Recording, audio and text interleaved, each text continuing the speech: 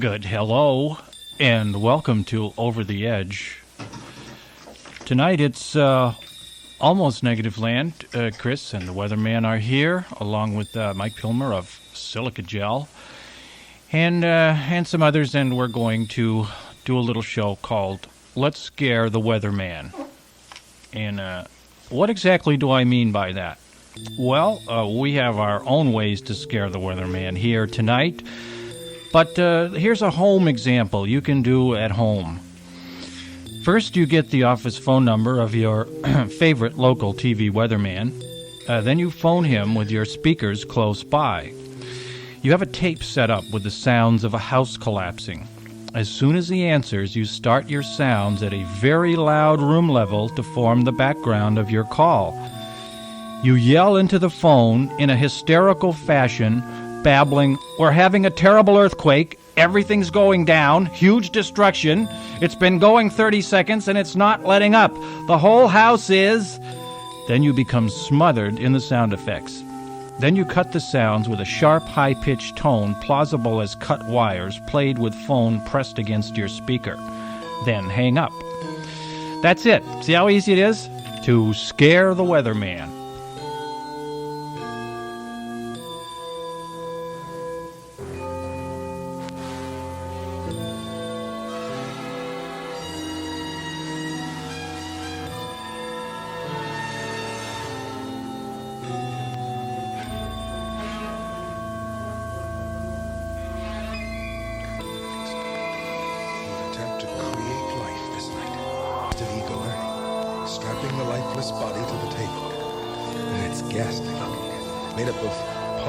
Different corpses.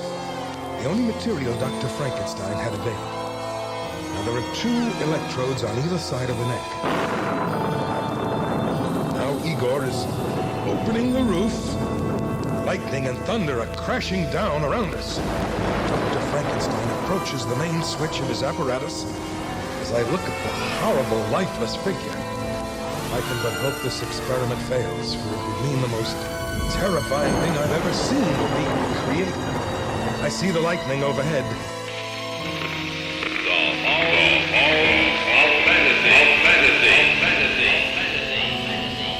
Dr. Frankenstein pulls the switch. It's no use. I'm going away, far away, where you can't reach me. I'm going now and no one can reach me. Waiter! Waiter! Will you help me here? There's been an accident.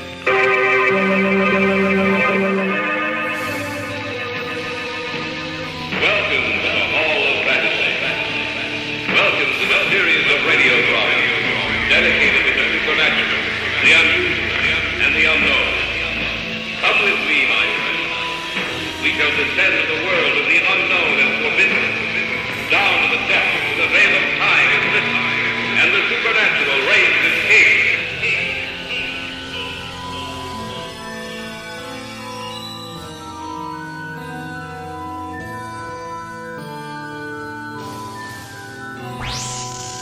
It's happened. It's moving. I can't believe it. Dr. Frankenstein has brought the monster to life. And I believe the world should beware.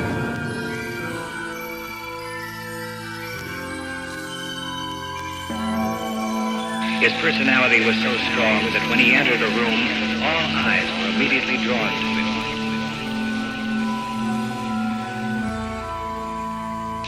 But there was something strange about him.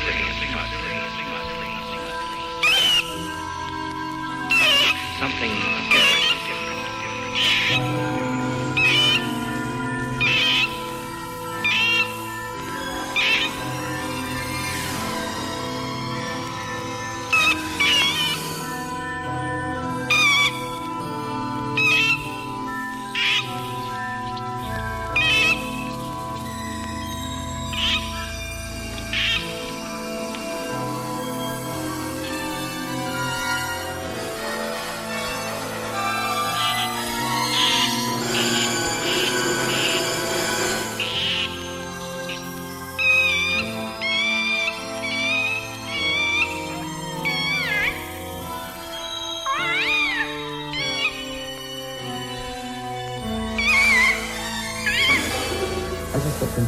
noticed forward very quickly.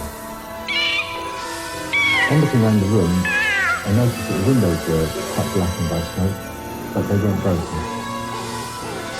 As the smoke began to clear, I realised that there was a hole in the floor, and across this hole was the body. Only the legs and feet remained.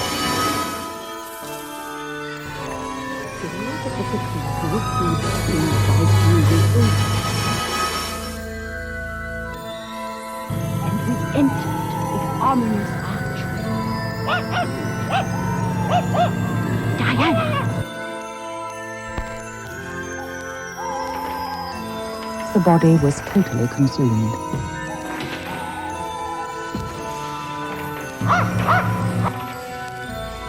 Diana, almost instinctively, Diana left to the circular staircase, which rose up from the floor of the cathedral, up into the dark tower, like a gigantic spiral column. Proceed, Mr. Brady.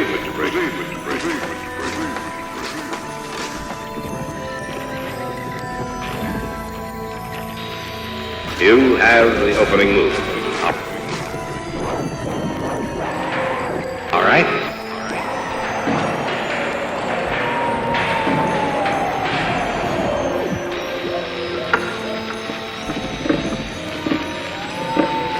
King's pawn to King 4, Mr. Berkeley.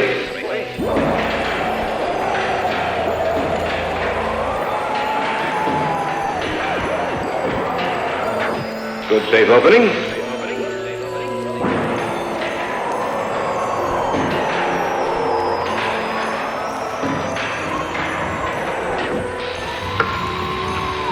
I'll counter with the same move.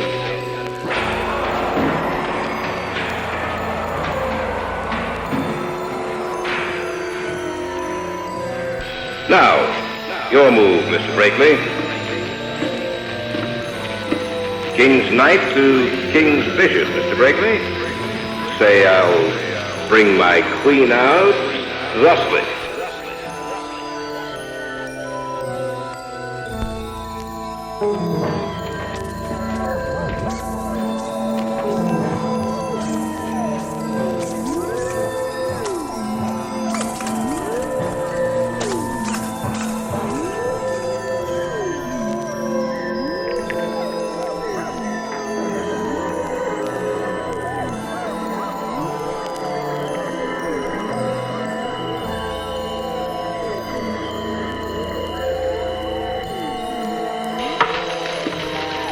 Mr. Botar, how do you know what moves I make?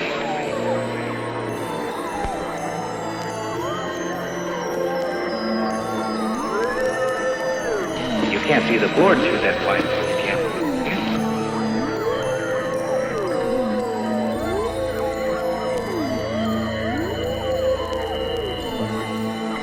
Of course not, Mr. Berkeley. My hand tells me. Your what? Left hand. You notice how the fingers are drumming now, Mr. Berkeley? Yes. But my brain is not controlling those fingers, Mr. Berkeley.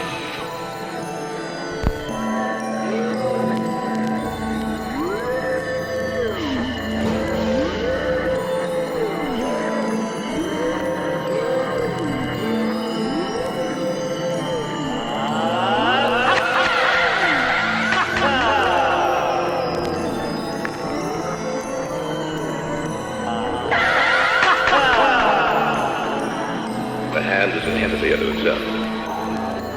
Are you serious? Of course I am. How else would I know your moves? Entity is of the essence.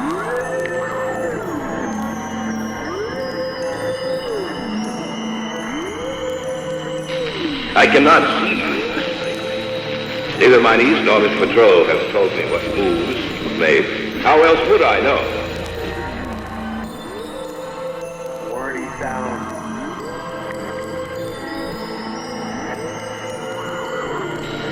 Let us proceed.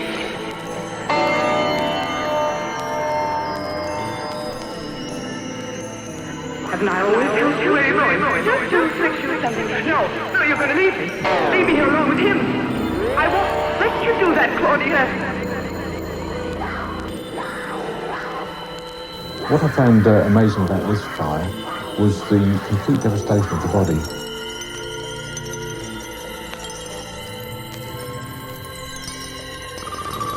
Planet Earth is upset. There was virtually nothing left. Earthquake zone.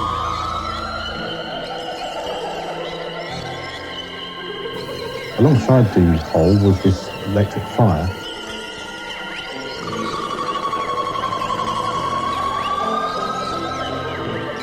Although it wasn't switched on at the time.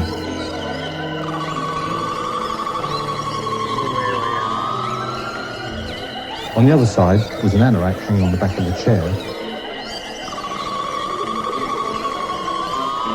Right in the sky. It was fairly close to the body.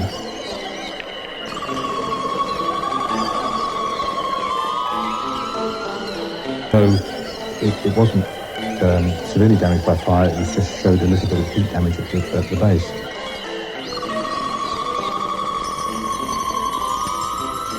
On the chair alongside that was a pile of newspapers, but although they were brown from the smoke, they weren't damaged by fire.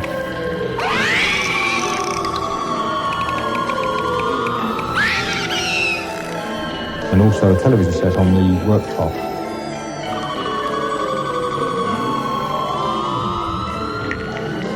Had the casing had completely melted.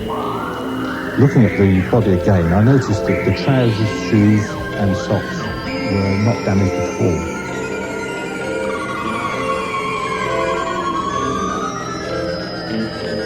Cut-off point where the body had smouldered was a clean cut.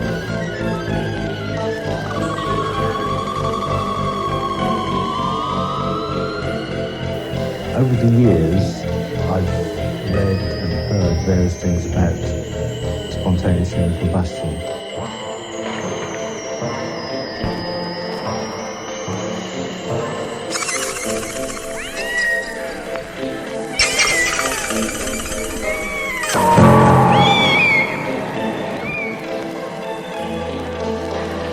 That gun. Where did you get that gun? And this obviously came to mind. You've always had one. Ever since I first told Richard I was afraid of this place. I've read and heard various things about spontaneous human combustion. You're not going to leave me alone now, Claudia. I'm not going to let you. And this obviously came to mind.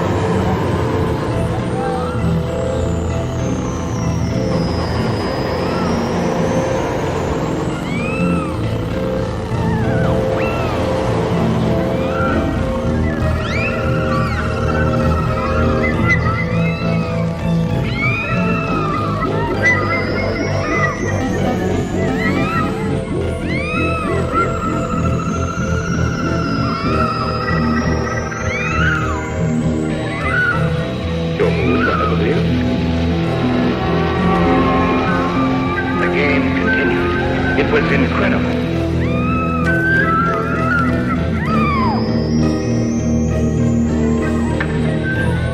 The fingers of his hand would be silent as he moved, but when it was my turn, he would place his hand on the table and the fingers would begin drumming slowly. As I made my move, the tempo of those beating fingers would increase, and then stop. Otar made his move.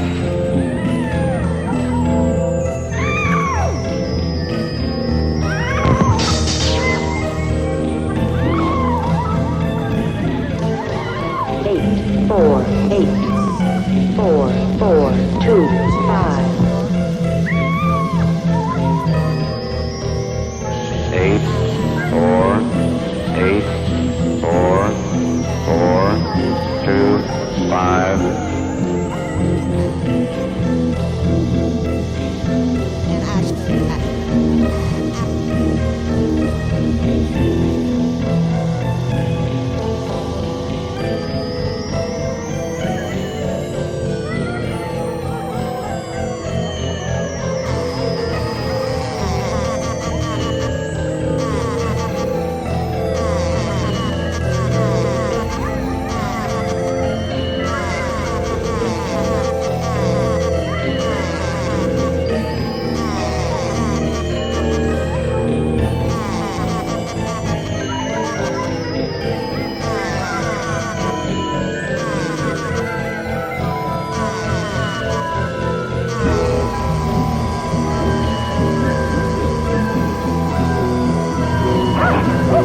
Coming down, Conky. We have to stop up the steps. Hold up your tail and be careful not to step on my crimson satin dress. Now, come on, up we go. Here we go. Oh, this staircase has no end.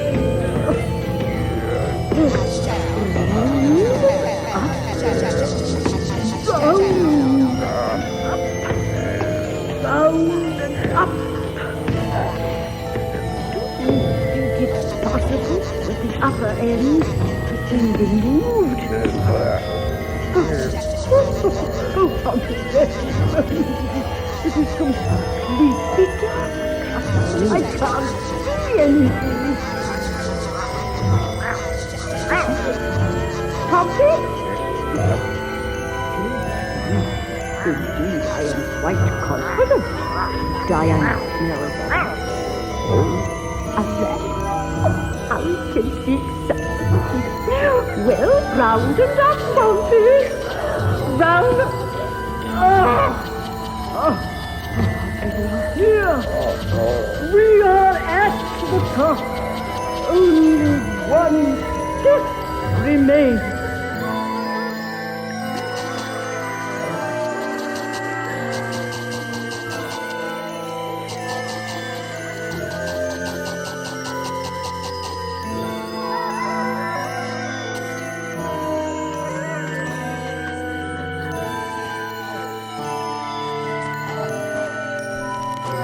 Power Records presents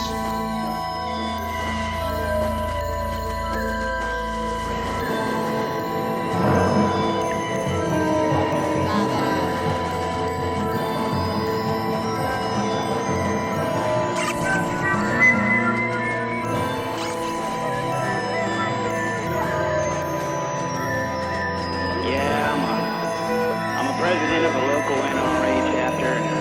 Probably shouldn't have did it, but I got the boys loaded up on some PCP and we're gonna go blow some pigs away.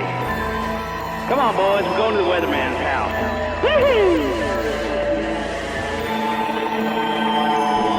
I was smashed, just as it had been cut in the dream by a policeman's bullet. Suddenly, it all came flooding back. Scout rack, scout rack, scout rack, scout rack.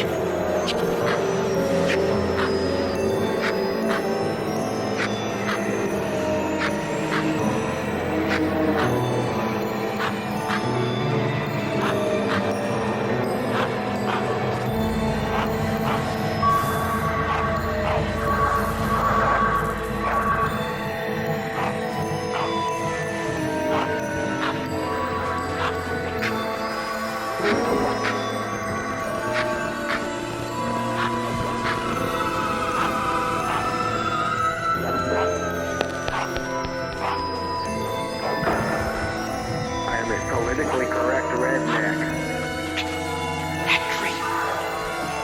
Politically correct redneck. Can you believe Was it? it a dream? Yeah, right? Proud member of the NRA.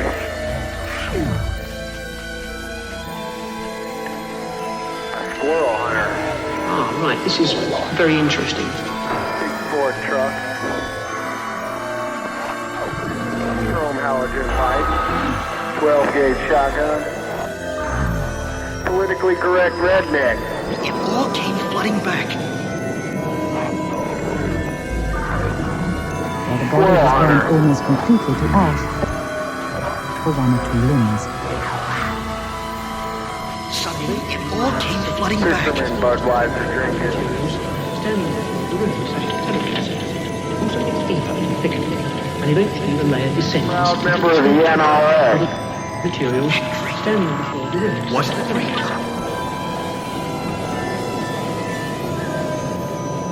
The Nude Rapist Association? You flake. What if it was real?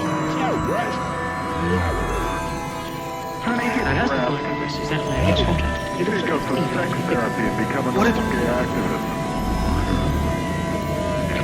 and eventually the layer descends. It starts to touch other materials standing before the room, such as intelligent acid. What if it was real? The only thing real about you is your teeny tiny little butt. Come on, people. Sex blood.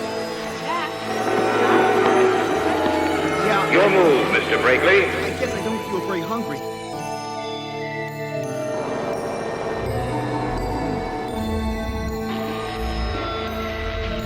Check, Mr. Brakely.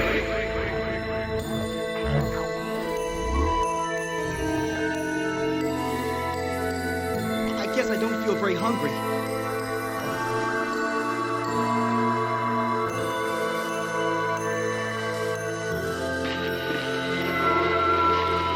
Check.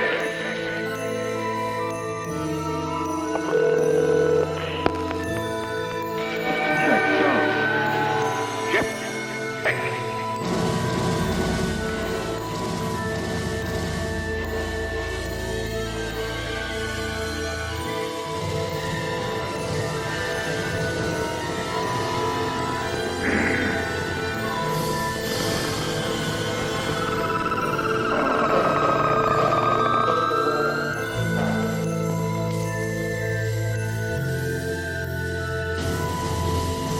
Examination over.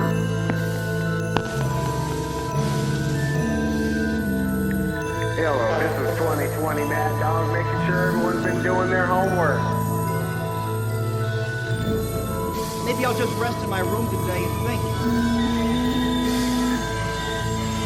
This is 2020 Mad Dog, call from PCNRA. Plenty to think about. I didn't know what was bothering me exactly. When evening came, I headed for a lonely stretch of beach. I felt myself fall. Leave it. Bring it on back. My vision was clear. I saw a thing that made me scream. Be nice now.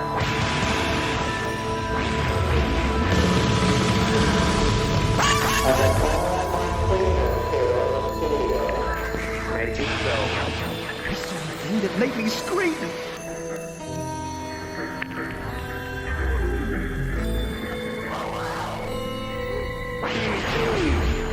Made me scream.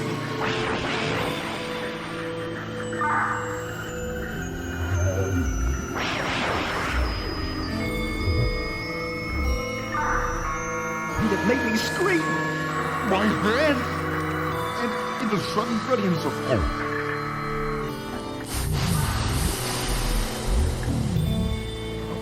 All right. Mr. Weatherman, would you give that device in your hand a try right now? In the reflection of a muddy pool.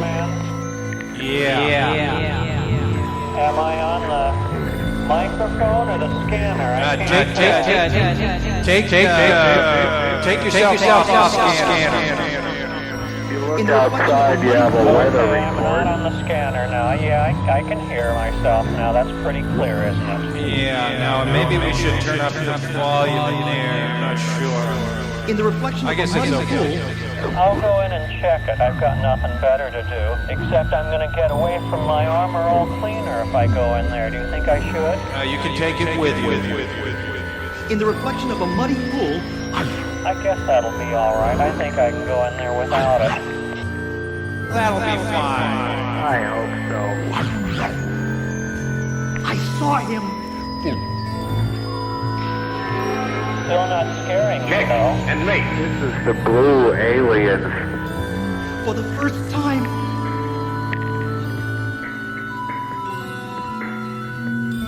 And I knew. Alien abduction. 1, 2, dumb. Alien abductions. Alien abductions. This is the wild side life, ain't it, Will? You know where to stick your thumb. Alien abductions. I don't know where I'm going, but I'm going upstairs. Alien abductions. Look out for the house. Alien abductions. This is the wild side life, ain't it, Will? Up to code. The house must be up to code. Got termites to the ceiling. You play a very good game, Mr. Franklin. I was a werewolf. And walk in there and name 50 codes right off the bat. Violations on the I'll spot. take this blindfold off now. I have no way of knowing how I spent those hours before dawn. It sure is dark up here. I must have learned.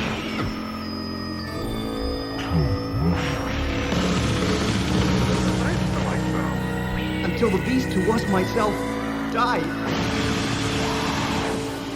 Maybe I'll pour a cup of coffee up here. First Java. Actually, I have mint-flavored iced tea. I won't be getting into that for a while. And eventually the layer descends until it starts to touch other materials standing on the floor of the room, such as the television set. Also gets feedback in the figure. And eventually the layer descends until it starts to touch other Still not materials. scaring me? Are you really trying to scare me? It's all dark up here, and I'm not afraid of anything. And eventually the layer descends until it starts to touch other materials standing on the floor of the room, such as the television set. Also gets feedback in the figure.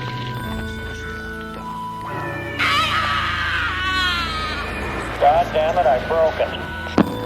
Place occupied, you say, by half-males. Just be The sure twilight you world don't is go at the end of the hall. ghosts of ghouls and banshees. Damnation, what's that? When morning came, Don't go. What the hell's going on down there? What the hell's going on down there? What the hell's going on down there? What is this? There's something creeping under the door up here. I told you not to go in there. I told you not to go in there.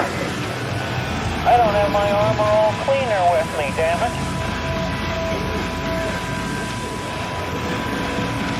Don't go at the door at the end of the hall.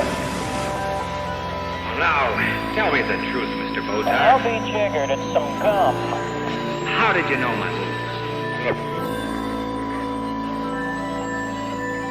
I told you the truth. The gum is creeping along the carpet up here. You don't mean to say exactly what I or mean to wood say. floors? I guess there's wood under this carpet. There's some gum up here trying to get me. Damnation. Is it lots of gum? I gotta get away from here quick. My right hand has developed to such an extent that I believe it has almost intelligence of its own. That is impossible. Not necessarily. Still not afraid, though. And eventually the layer descends Don't let go. until it starts to touch other materials standing on the floor of the room, such as the television set. Just don't open the door at the end of the hall. And as the fire progresses, that layer gets hotter, but it also gets deeper. This is a place of black foreboding. Don't open the door at the end of the hallway. Terrifying area of strange. I'll open it anyway. I don't care. I'm not afraid. There's something in there. What? No. I was there. I know. And eventually the layer descends until it starts to touch other materials standing on the floor of the room, such as the television set.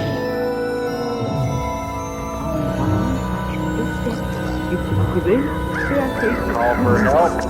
How far? Open that door. Some of you will have to pretend. That gum is back there. It's trying to get One little step more. There's more gum.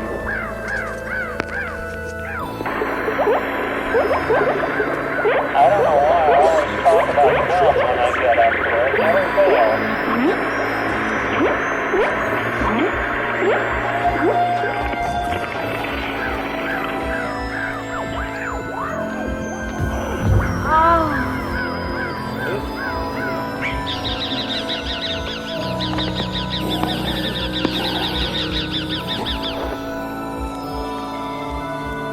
Was that supposed to scare me too?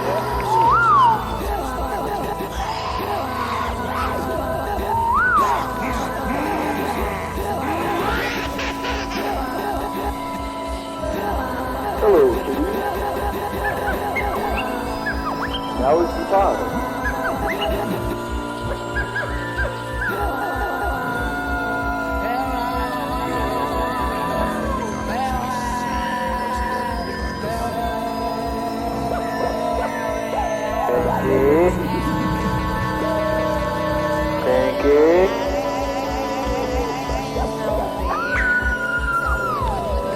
I have to get back to my cleaner. I'm too far away from it.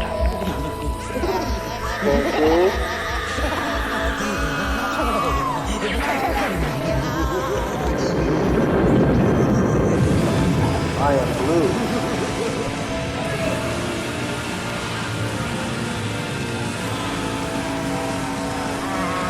I am blue. So blue.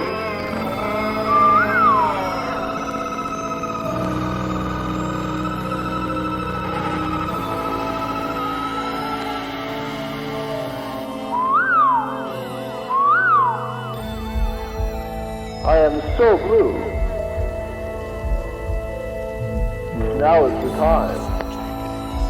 Rodan is now flying over San Mateo, and he's making a mess that you're not even going to be able to clean up with 409.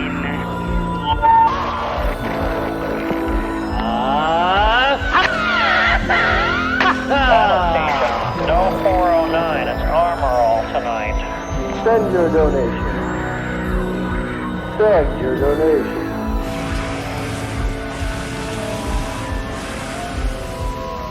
Bring Bob. If we lose the use of one hand, we learn to do things with the other that require two hands. May I ask a question? You want to ask me or them? I would like to ask you. Well, if they'll lead me on, I'm about a quarter of a mile from the studio on a walkie-talkie, but I can hear you. Yup, good doctor. Where are you? I don't know. I'm actually I'm a little bit afraid here. I'm not really sure what's happening.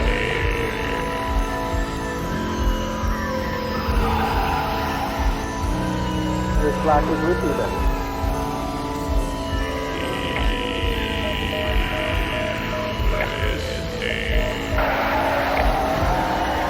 Have you lost your black fingers? There's something happening here. Blind man learns to make his other senses perform some of the duties of his eyes. It's not impossible. Appears as if the body has burnt from within.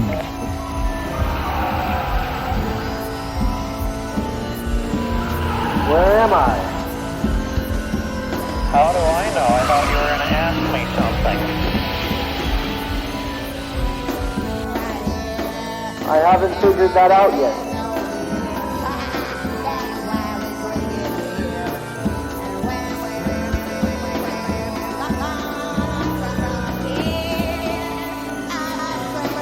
Can you see the blue alien?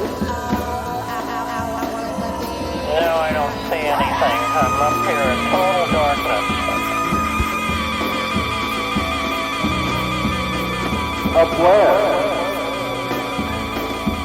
I'm not sure. We have intelligence of its own. It has a strange Inner creation. cells of KPFA. Well, I don't know where I am. I'm up here somewhere. Total darkness? I know that gum is still behind that door. It wants to get out and grab me or something. I'm gonna go check on it. The Pope is with you.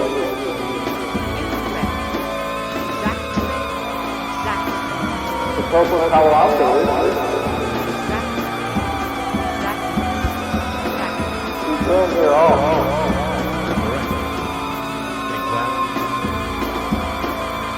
Thank you.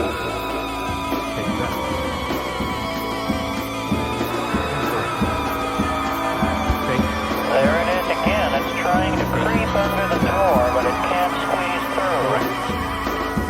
Hold it back. I can tell it's angry. It wants to get me. Hold it back.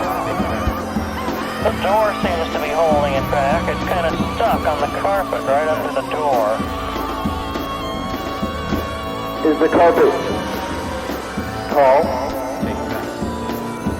There's some dirt here, but the gum can't get me. That's the main thing. It's on the other side of the door, and it's trying to... I don't know what it's trying to do, but it sure wants to come out and grab me. The gum? Can't really tell what it's trying to do now, but it's here.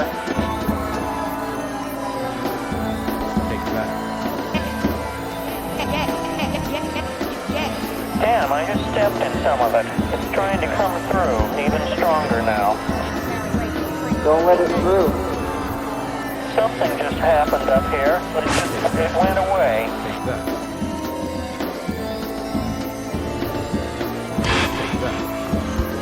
There it goes again. It's trying to come through and get me again. It won't get you.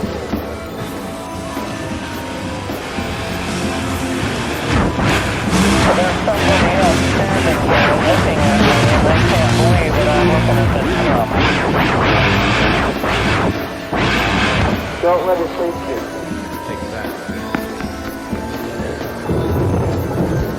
Boy, it's sure trying to... Boy, I never saw such a thing.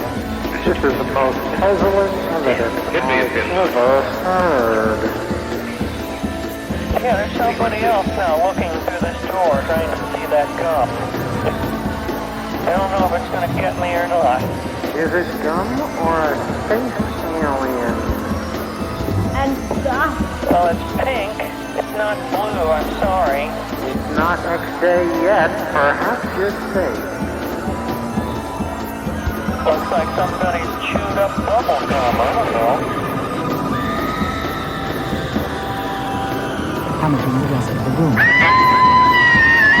These other people here think I'm insane. They can't see the gum. You're being too negative. Come along, positively about it. Maybe it will be your plan. Well, it can't quite get under the door, and I'm not afraid, so I'm just going to leave it alone and go into something else. I don't know what I'm going to do, though. Could it be a possibility that that gum was left there by poisonous dwarves? Not I'm not sure, but I remember when I was in Disneyland, I had trouble with gum then, too. Did you realize that Armor All only shines up the mess and really doesn't get it clean? Yes, I do. That's why I have Armor All Cleaner, not Protectant. I did not bring the Protectant, I have the Cleaner. Damn, he's pyroflatulating again. You know I'm right. Only when the wind is north by northwest. Well, that's not very funny. I hear the Pope. Where's my carbine? He's coming into, the Pope is coming into Daly Plaza. Where's my carbine? I've got to get to the top of the school book depository. Not the depository. Over that depository. There's someone. Maybe there's gum there too. There's someone hiding behind that grassy knoll. I can't see them from here, but I saw them go and hide there earlier. We were too frightened to breathe. What did they look like? They had a pipe and a grin. looks like some kind of salesman from some live, maybe? So many dots on his face. Can't look at his face. Long, sharp, dangerous, knife. And I'm still not afraid. Quite a few people believe strongly in spontaneous human combustion.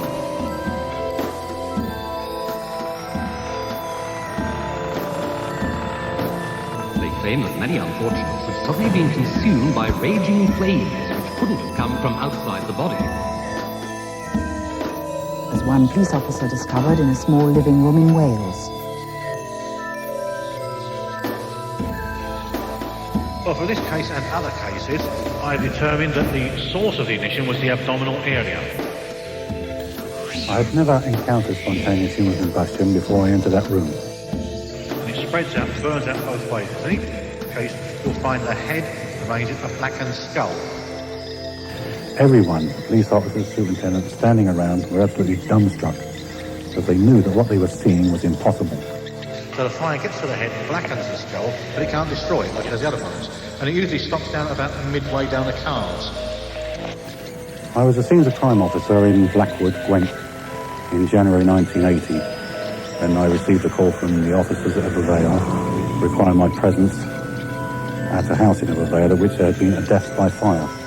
So you've seen the abdominal area is the source of the fuel. I arrived at the house, which is situated on a mountainside in the freezing cold weather, and was surprised to find no sign of any fire engines. And it reaches up, the head is attached by a short neck to the body, So I opened the door and immediately stepped into a different world. The strange scene that Homer was to discover on the other side of that door has been described in nearly all cases of spontaneous human combustion. There's still plenty of fuel to burn that. By the time you get to the lower legs, it burns out. There was a weird orange-red glow throughout the room, and the atmosphere was very steamy, and the walls were radiating heat. And the window had cracked with the heat, and both the window and the bare light bulb, of which the plastic shade had melted and fallen off, were coated in an orange-red substance. So you get like twigs on the end of the fire, which on the outer periphery of the fire rating, which fall down unburnt. Leave the reddish light. But before you contemplate the grim suddenly bursting into flames...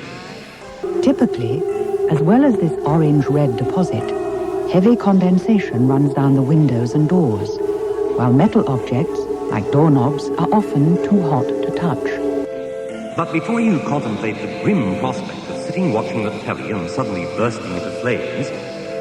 Everything in the room is covered in black, greasy soot. But before you contemplate the grim prospect of sitting watching the telly and suddenly bursting into flames... The heat has been intense enough to melt plastic objects like clocks, and sometimes even television sets. Grim prospect of sitting watching the telly and suddenly bursting into flames... As the hot gas layer produced by the smouldering fire descends, it will melt plastic articles in the room, like television sets. And set just inside the door, the knobs had melted and oozed out of shape. Like television sets.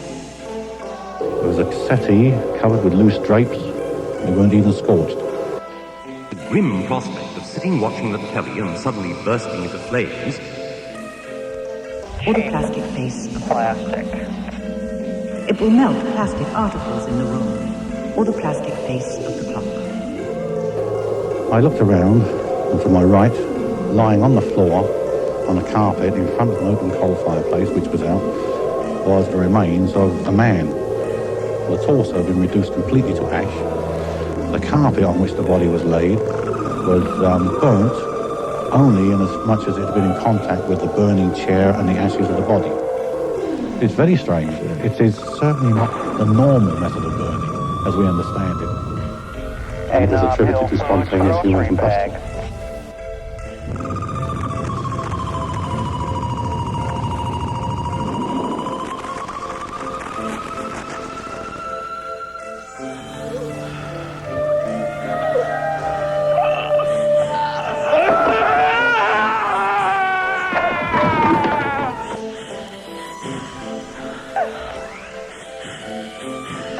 gas layer produced by the smouldering fire descends, it will melt plastic articles in the room.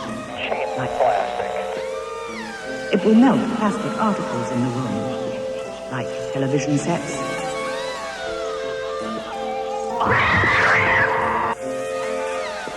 Spontaneous human combustion, I have a reasonably open mind. And so I think certainly some things do exist. I mean, Ken Campbell was saying earlier, is to speculate these things could exist. Watch out for that girl. Mr. Crook was so saturated with spirituous liquor that he burst into flames, leaving only the cinder of a small charred and broken log of wood, sprinkled with white ashes. And white vapor Grim gas. prospect of sitting watching the telly and suddenly bursting into flames.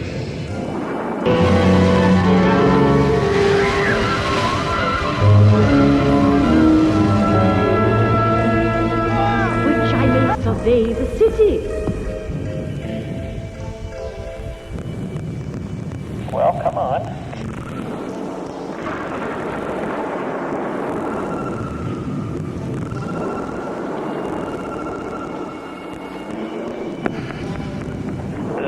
The machines are coming over the Berkeley hills, and they're releasing some kind of a black gas, and people are running from it. They're dropping like flies. It's coming closer now. So I don't see anything.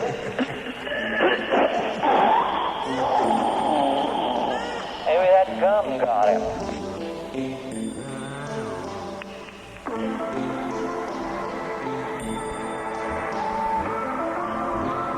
Very funny. A very poor fatality, too. Alien abductions.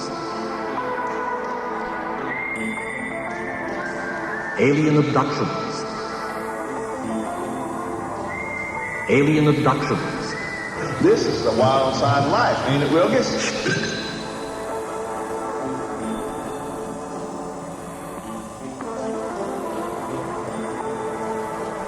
I'm by the monarch sitting now. I watching don't the see telly and suddenly bursting into flames. Grim prospect of sitting watching the telly and suddenly bursting into flames. Oh, very boring out here. This was not as strange as it now seems. In Dickens' day, alcohol was thought to increase the combustibility of the body, and so the risk of spontaneous human combustion. Heavy drinkers were aware of the dire consequences. I'm going to check on that gum again. For there were none in the village below who would have dared venture towards it save I. No, don't die. Come on, people, let's all die. No, don't. And so, making my entrance to the things underground chambers was done at ease. Possibility. Come on, people, let's all die. No other possibility. Come on, people, let's all die. I'm here at this door again. Hear the sound of shooting silver bullets. Possibility. Come on, people, let's all die. There must be an aperture. I can hear that pitiful monster's cry every night, Where is the aperture? Come on, open it. Just above our heads.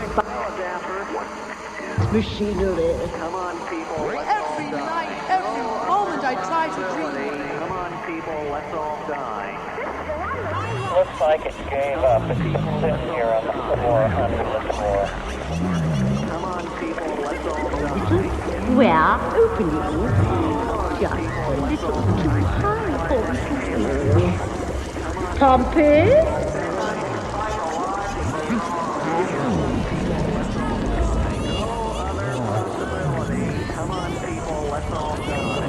I will probably have to wash my hands before I come back to the studio, though.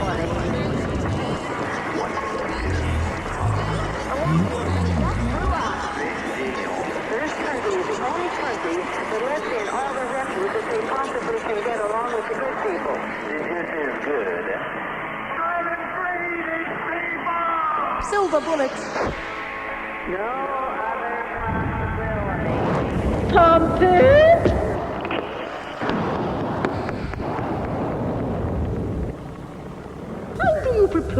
I reach the window? I can hear that pitiful monster's cry.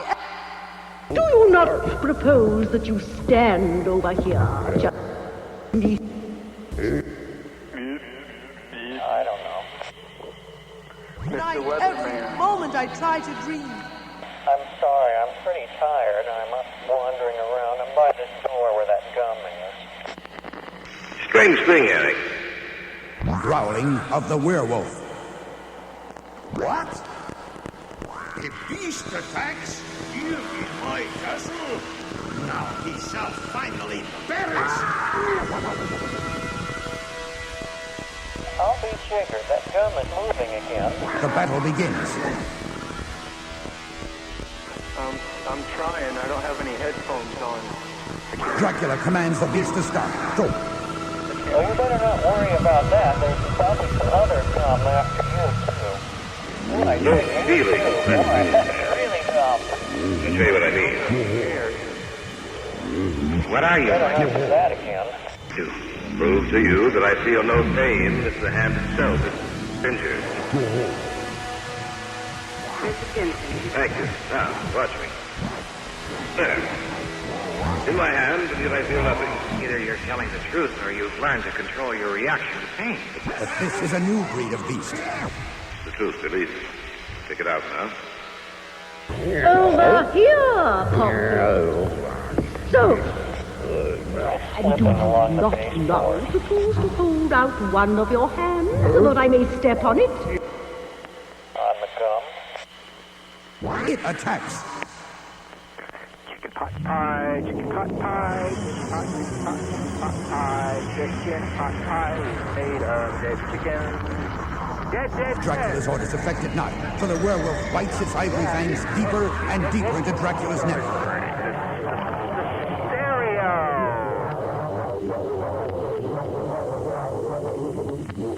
Dead chicken. Dracula turns. Oh, looks like the burning with gum bloodthirsty stopped moving. rage. I'm going to come down to the studio. Hey, what's all this horrible noise? Leaps at the werewolf's throat. Back and forth they rise in deadly combat. And soon it's obvious. Neither can win, but neither will lose. This horrible noise is just everywhere. That reminds me, I have to go down to the AOR 2002 and make the horrible noise.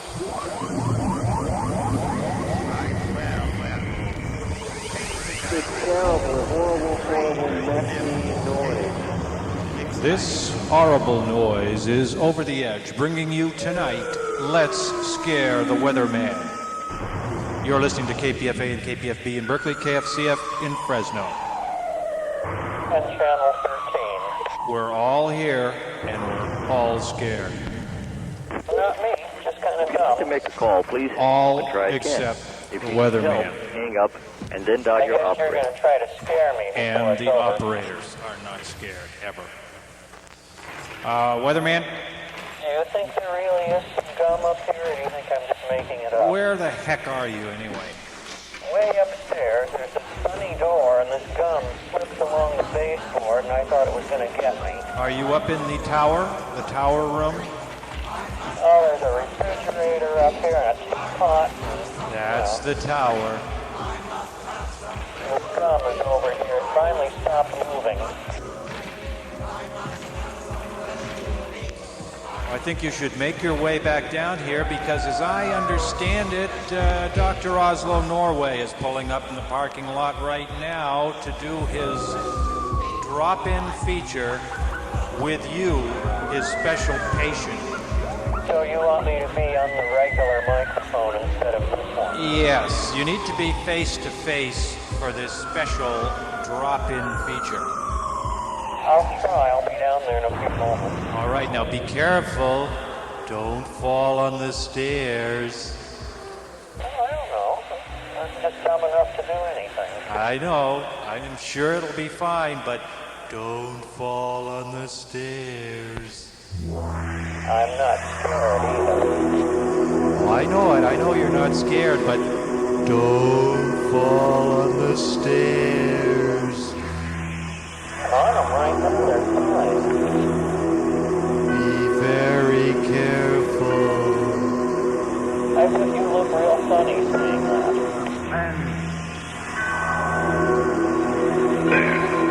See? I had no feeling whatsoever.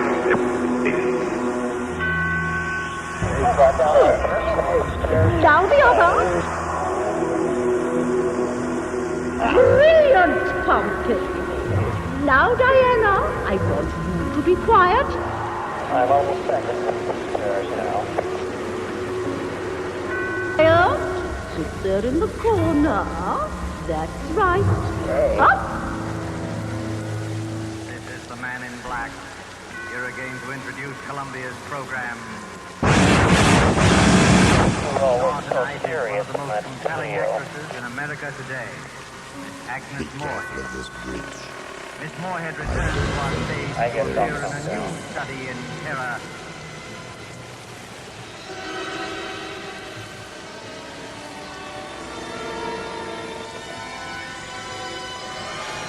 Oh, sorry. I made it to the bottom of the stairs.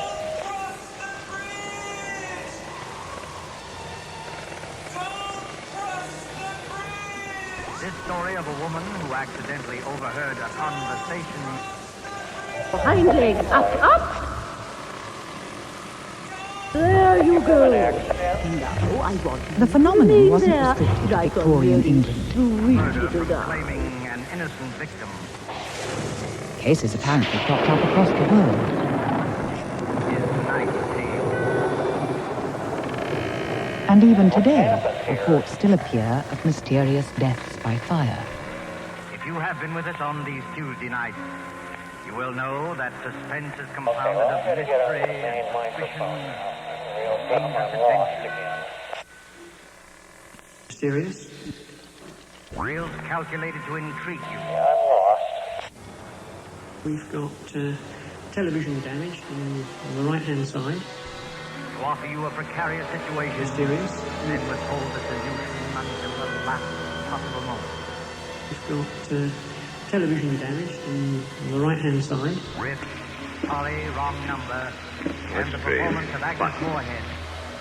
And although there's a lot of smoke staining, nothing else seems to have been damaged by the heat. Suspense.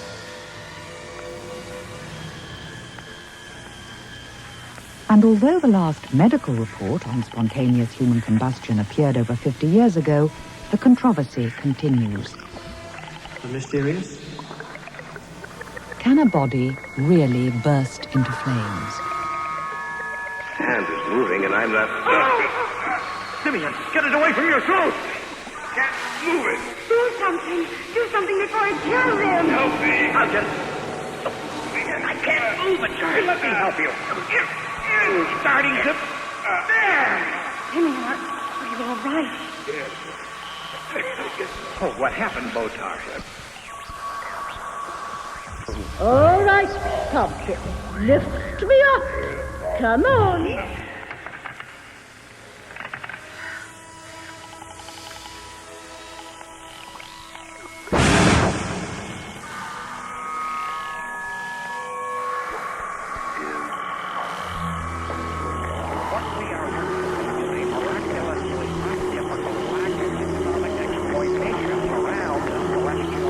Come on, people, let's all die. Come on, people, let's all die.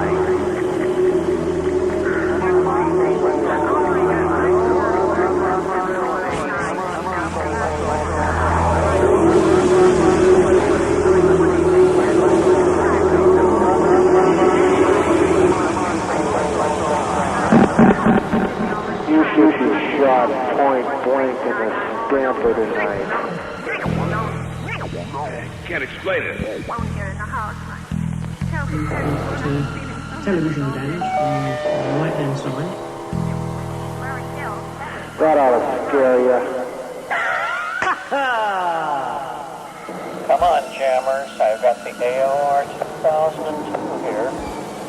Tell me a frequency.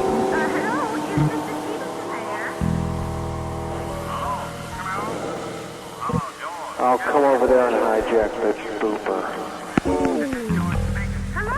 That won't scare me, but it might make me pretty mad. Board show, man.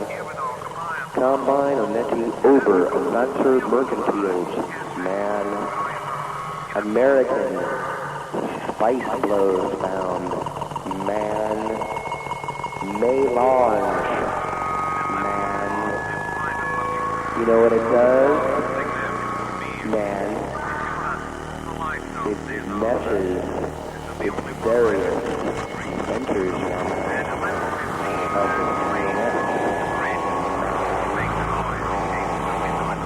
What?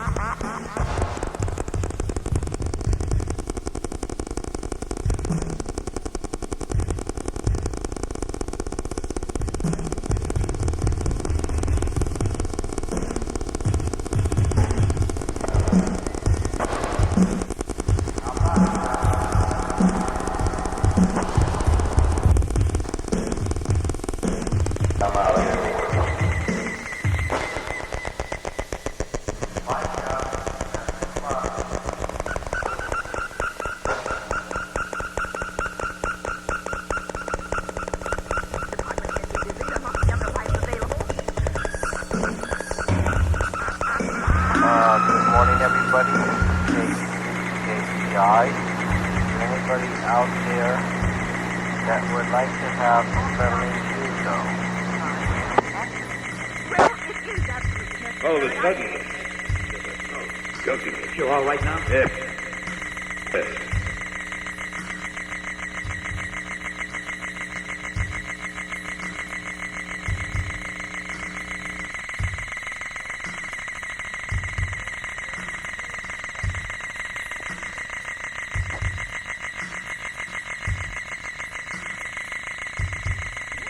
No human battalion, however well drilled, could ever hope to rival the positions that advance.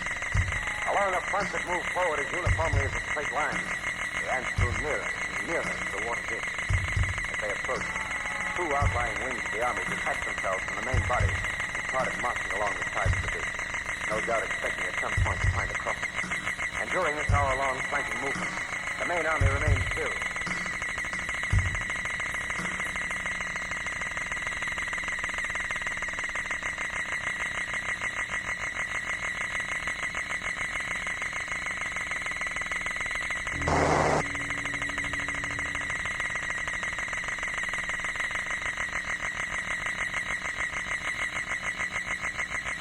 Come on, I have 145, 150 on now. Thought I heard something earlier.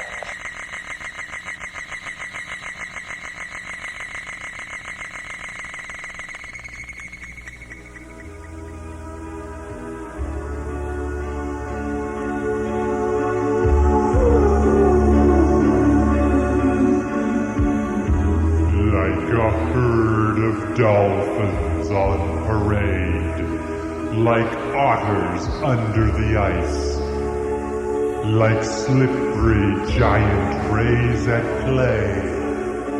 This station sure is nice.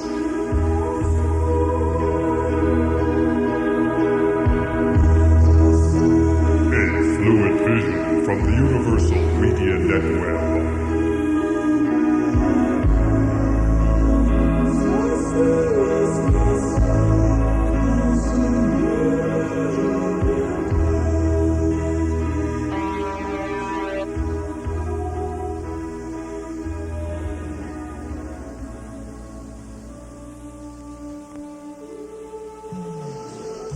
It's time for another visit with this medium's most respected authority on matters of the mind, Director of Psychiatric Broadcasting for the Universal Media Netweb, Dr. Oslo Norway.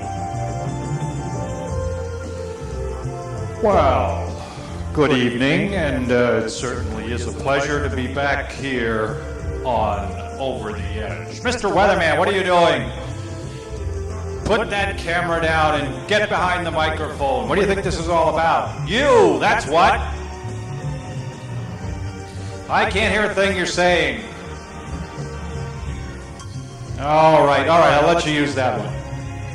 Action on tape here. All right. Well, this is very, very unusual, this edition of Dr. Talk. We're going to have my patient, the Weatherman, videotaping me as we do it. Well, this should be very interesting. Real interesting. Nice, sharp picture, too, I'm getting. Very good for the seminar, I suppose. Well, this is Dr. Talk, and my very special patient, the Weatherman, is here tonight. Now, you just keep yourself in focus, because we're going to start out tonight, Mr. Weatherman, with the Fright Quiz. Now, Could you do one thing for me? Well, go ahead. See that microphone there? It's blocking your mouth. All right. I want it away from your mouth. It's very unusual for the patient to be dictating the position of the microphone to the host. Well, you got your other microphone there. It's fine. Yes. Well, that's exactly right. I don't even need that sucker. Move that one away. All right, gone. Who cares? All right. Now, we're going to do the Fright Quiz. The Fright Quiz is a patient survey I give to every patient, so don't worry, there's nothing different about you. Does it have anything to do with gum? No, it doesn't. It's actually for a book I'm writing, but that's another story. All right, are you ready for the Fright Quiz? I guess. I don't know. I'm thinking about keeping you in focus. That's right. All right. I'm in focus. The questionable person here is you. Here is the Fright Quiz. Please answer to the best of your ability the following questions. What mammal is most frightening to you? Let's see. Well, it can't be a northern alligator lizard, because that's not a mammal. That's a reptile. Please, mammal. What mammal is most frightening to you? Oh, let's see here. It's something small, I know that. It was one time when I was trying... A rat? No, possibly just a gopher. I know that's boring and it sounds dumb, but the reason is I think I got bitten by one when I was putting my hand in this hole looking for toads. Ooh, that would be frightening, to have your hand bitten by an unseen gopher. And I was trying to find Super Plumper. All right, well, okay, I'm putting that down. Gopher. All right, second question. What amphibian is most frightening to you? Hold a minute, there's something on your upper lip. Could you check that? Oh, what is it? I don't see it. I guess it's a mole. I'm going to get closer. I'm getting closer. Oh, that's pretty good. Boy, your mouth is big. Whoa. Okay. Come on, let's not have too much fun here. This is serious psychiatric business. Your nose is in focus, and the rest of you isn't in focus. That's feels better. in focus. What amphibian is most frightening to you? Oh, let's see. Yeah? It could be, what is it? A salamander, the type that I used to find. Yeah, a salamander. Salamanders are frightening to you? Yeah, I used to find them right here in Berkeley under rocks up on Contra Costa Avenue. All right, that's right near Solano. The little orange ones. The ones with little yellow spots. They bite, you know, and it bit me. Hey, why are you going back and forth? I'm trying to keep you in focus. Just to confuse you, I guess. Well, yes. All right, let's see. Because one bit me. That's why I was afraid of it. I doubt that very much. I doubt if the salamander really, his mouth is not big enough. They actually hissed. It hissed, too. All right, I'll put that down, salamander. Although you're going to put down that it hissed? It looks a bit silly. I don't have to put that down. All I care about is what frightens you the most. Here's the next question. What bird is most frightening to you? I think probably a mockingbird, because when I was a little kid up at my grandmother's house in Santa Rosa, they used to dive bomb me. And I think they actually got me a couple times. Are you sure those weren't blue jays? They're they notorious for dive bombing you, especially during nesting season. Hold on a minute. Do you know the difference between a blue jay and a mockingbird? Well, a mockingbird has those long white tail feathers. They put their tails way up. That's blue jays don't do that. They also happen to be nature's first copyright infringers. I'm most attracted to the mockingbird for that reason. They were the original copyright infringers in nature. That part is good. I guess I recorded one time. Well, he wasn't probably singing his own song. Yeah, it sounded like Green Boy or Blue Boy. Probably been listening to your toads. No, my Don't copy anything. parakeets. You mean my squeaker toads. All right, we're getting off the track here. What insect is most frightening to you? Here's an easy one. Most people are frightened by most insects. Yeah, but you want to know a specific one. I would like to know which one of all the insect kingdom is the most frightening to you. Yeah? Possibly an ant without its thorax. Because the abdomen stays alive and it stings everything in sight. Not a spider. No, spiders aren't too bad. I rather like spiders myself. When I find a spider in my house, I do not kill it, contrary to most human beings. I just shoo it away, let it go on its way. I know that it's there killing a lot of other insects for me, which I could never find. So I do not kill spiders ever. All right. Let's see. I'm so dumb. Do you own? Okay? Listen to these questions. I'm trying. Don't distract me. I am going to have to distract you once. I think I was in standby through part of this, so I'm sorry. I haven't used my camera in a long time. So then we've got none of this. No, we've got the bit about the blue jay. And great. I'm sure the seminar will enjoy this. And we'll do it again. Do you own a fright wig?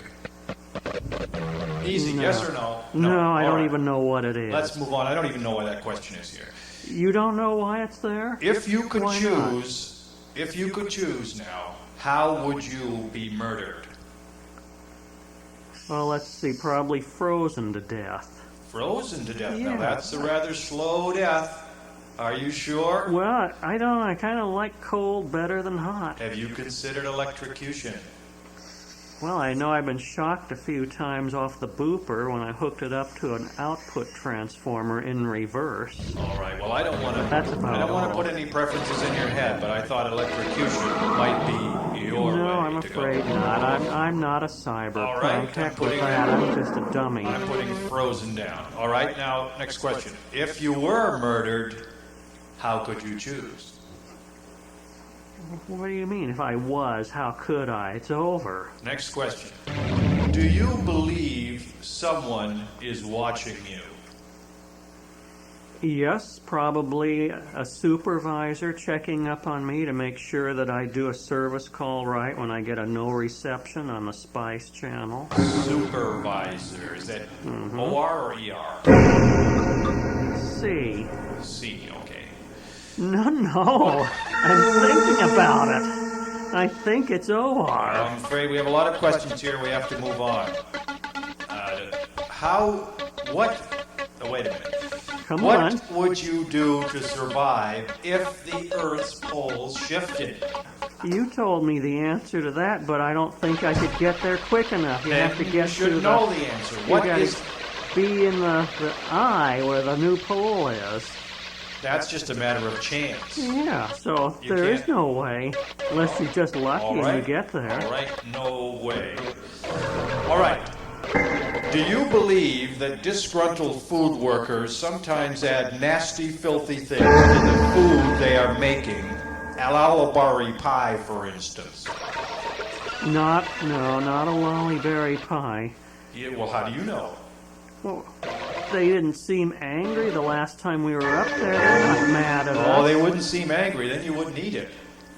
No, the whole trick is to seem perfectly nice when they're delivering it to your table. But I'm talking about back there in the kitchen. I didn't get those other people. I didn't get upset or anything. My stomach was fine after we went out. Okay, so you don't generally believe that disgruntled food workers sometimes add nasty, filthy things to the food. Oh, they might, but I don't think they would at that particular restaurant.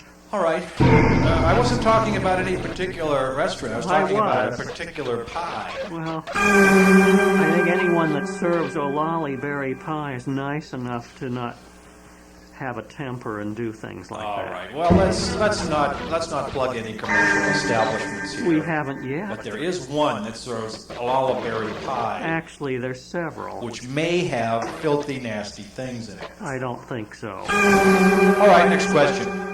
If you were drinking a can of Coke or Pepsi, and as you raised the can and sucked in the last dregs, with it comes a big slimy chunk of firm gelatinous material with a strange taste of putrid decay.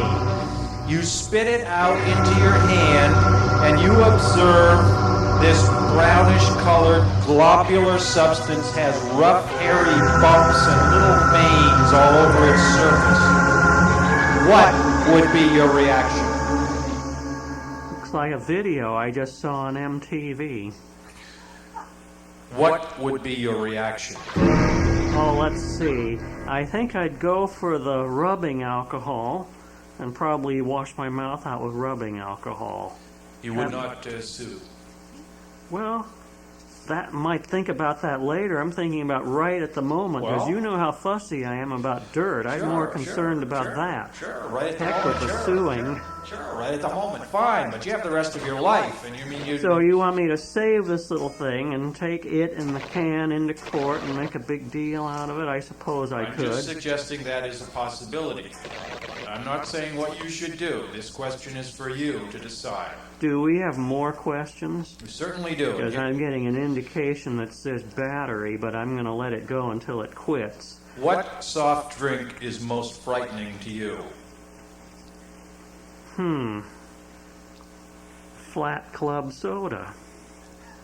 All right. What cable TV malfunction is most frightening to you? Well, I think we heard a little bit of that earlier. The horrible noise that interferes with channel G on the cable at 158.1 megahertz. Because that's the channel where the Playboy channel is. 5. Who is the most frightening character on Are You Being Served? You're actually asking me that? I thought you'd be afraid of that.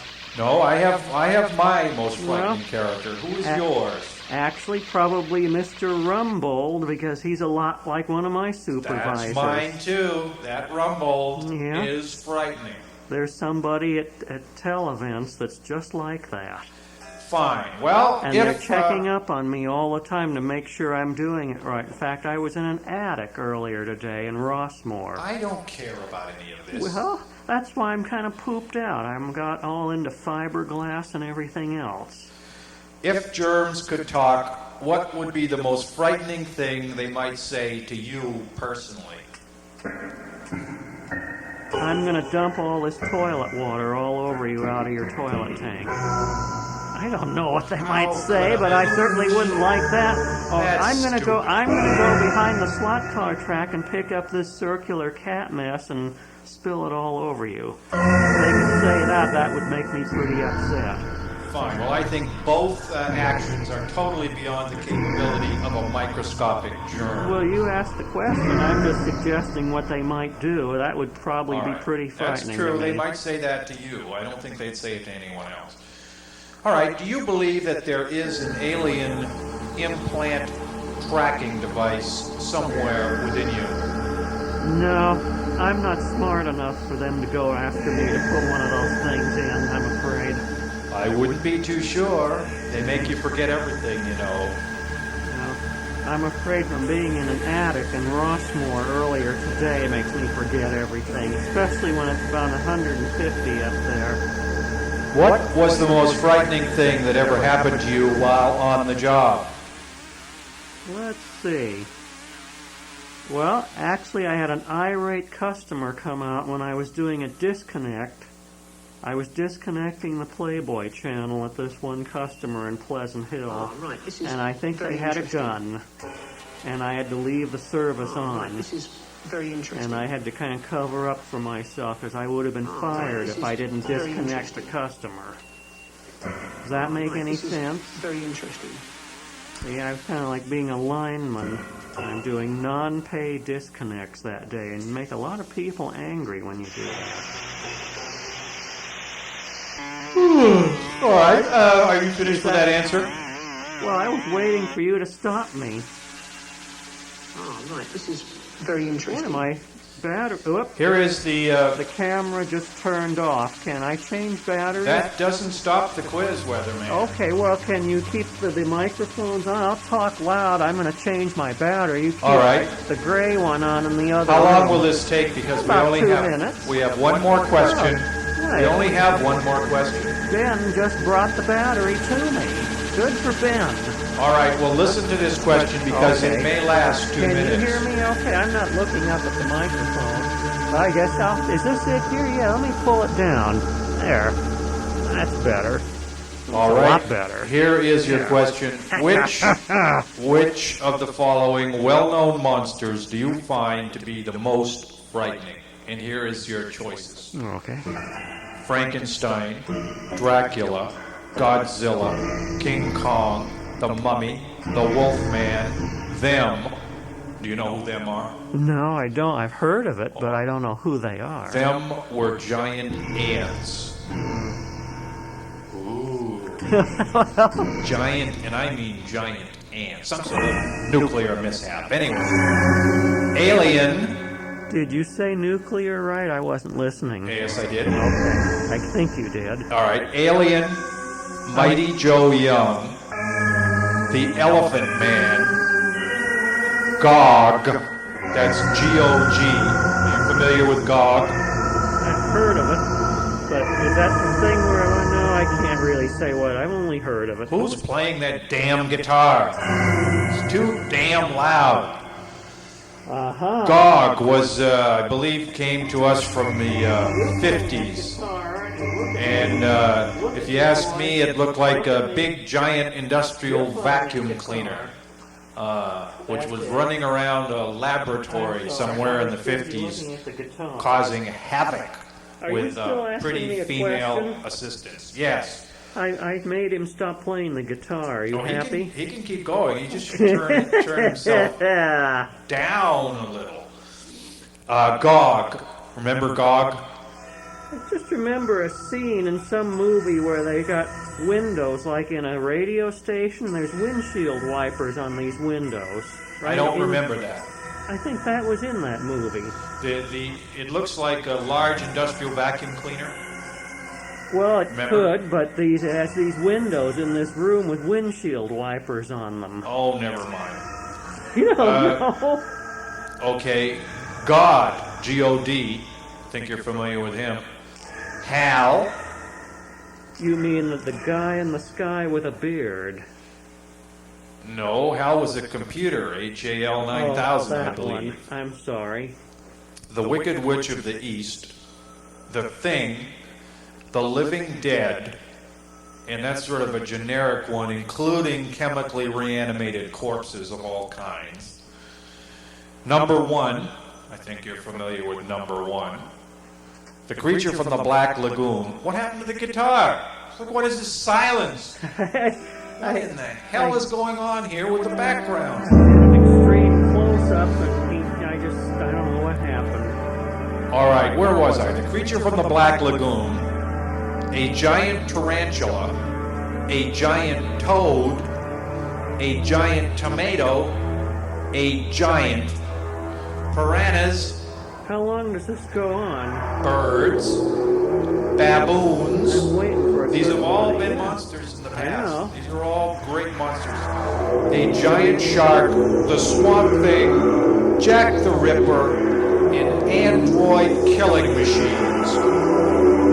Okay? Darn, you didn't mention the blob. That's not The the one. blob, you're right, I didn't. All right, That's let the me one add that that. scared me the most. Blob, B-L-O-B, blob. All The right. original blob, not That's the the second one. That's the one that scared you the most. Yeah, the one from 1958. Well, then why weren't you frightened by the big gelatinous chunk you found in your Coke?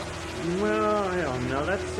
It did move around. It's just there. I could have changed the question to make it move around if that would be more frightening. I don't think that could possibly happen. Some things probably live in Coke. You're gonna make me go off my mid-ice So, if you keep that up. out of all these monsters, the most frightening to you is the blob, the one I didn't have on here. Right. All right. Well, that completes our fright quiz for today. Now, one more thing before we go. For the past several years, we've been meeting here like this in my office. We've been discussing your dreams. Oh, boy. And I think I've heard just about every frightening dream that you've ever had, and I'm wondering if there are any others that I haven't heard. Well, I don't know. Did I tell you this one before? I probably did. It's the one about the flames out of the shower head when I'm trying to take a shower. Did I tell that one? I thought I did. The flames in the shower head. I don't have this here in my diary of all your visits. I don't find that one. What happens in that one? Well, I was going in after work to take my shower like I normally do. And I noticed the water faucets feel kind of funny. So I turn on the hot water and it just hisses at me. No water comes out. Then this thick white vapor comes out. It's heavier than air, and when it touches my skin, it burns me. And it kind of all gathers in the bottom of the bathtub. It kind of shakes too. It's very unstable. So do you leave the shower immediately, No, or I just stand get there and scared take it? stiff. I can't believe it. You can't move. Yeah, I'm absolutely scared stiff. So it's like napalm coming out of your shower. So it's flaming, just not on fire yet. It hasn't caught fire yet. But does it? Eventually it does. I turn on the cold water. And that flames it up? Yeah, it seems to affect it. And it bursts into flame, and there I am just burning in the shower. Wow. So I thought I told you about that one before. So at what point do you wake up? I mean, are you really charred through, or how long does it take? It's probably almost instantly. The moment it starts burning, I probably woke up. That's usually the way. That's usually probably. The way. Yeah, the human brain just can't imagine death, and so it never sticks with it long enough to find out what's going to happen. I thought when we were in Disneyland, I told you. I see. Well, our time is just about up. That will be another $500, I believe. Yes, that's right, $500. So it's been very nice seeing you. You'll be back next week at the same time. You want me to write you a check, or shall I pay in cash? Cash would be better. How about if I give you my camera? Would you like that? Sure. I believe that would cover expenses for this week. Well, I don't know. Do you want me to hand it over? No, Are you that might be sure? dangerous. Although someone should be taking your picture. Hand it to my assistant here. Ben? Who will continue? This is Ben. Who will continue filming you? Let me get a good close up. Right, this is very interesting. That's pretty good. Open your eyes. That's it. Very interesting. Oh boy, that looked funny. Right, this is very interesting. Ben is flipping out. Oh, right, this is very interesting. I'm so dumb. That's it. It's standing Right, this by. is very interesting.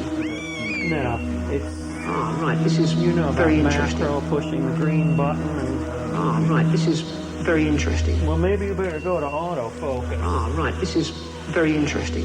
What does it say in the window? Ah, right, this is very interesting. Oh, the doctor is your friend. He wants to keep you well.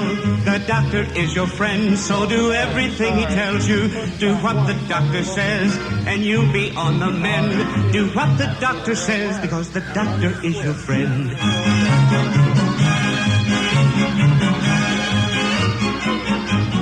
Now you sing it with me. Oh, the doctor is your friend. He wants to keep you well. The doctor is your friend, so do everything he tells you. Do what the doctor says, and you'll be on the mend. Do what the doctor says, very because interesting. the doctor is your friend. Ah, right, this is very interesting. Do what the doctor says, because the doctor is your Ah, right, this is very interesting. Ah, right, this is very interesting.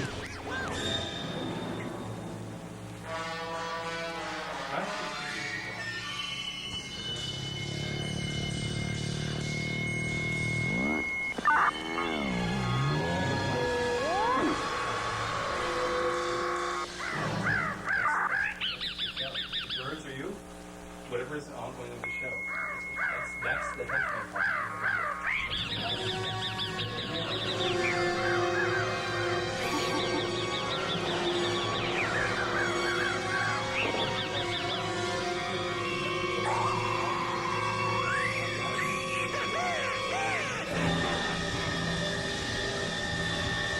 Not as loud as one.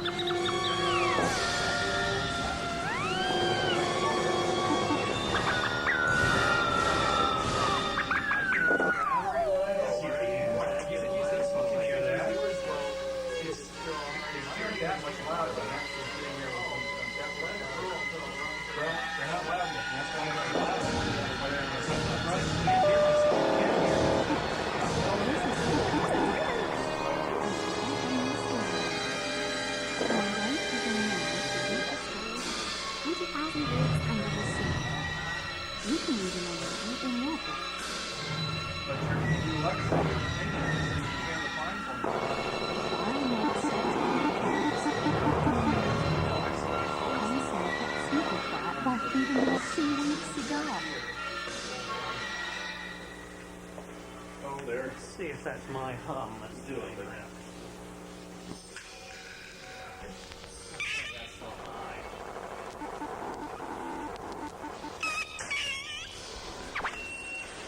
Ah, right, this is very interesting.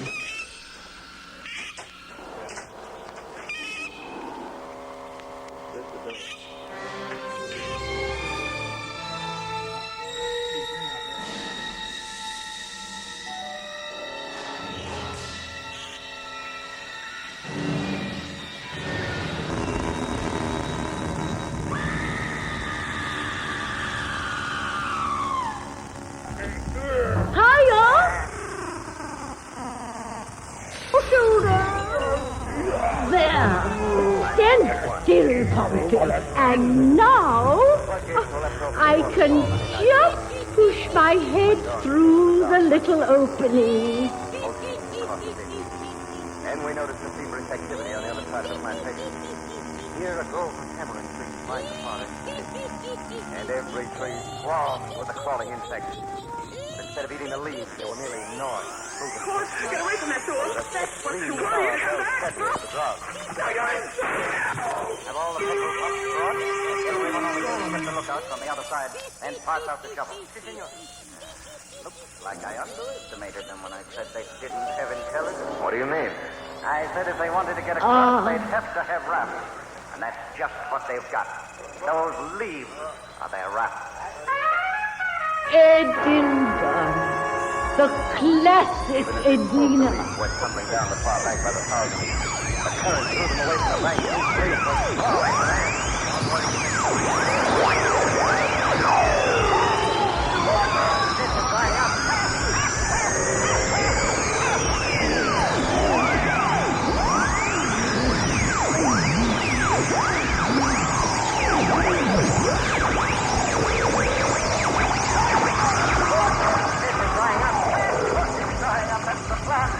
Those are the orders I gave to the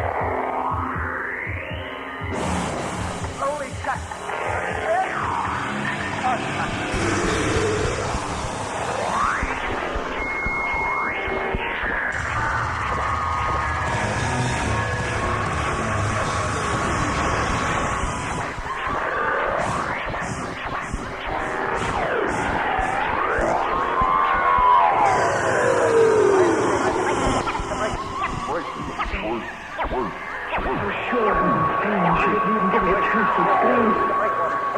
I was alone in the house. I felt terribly weak.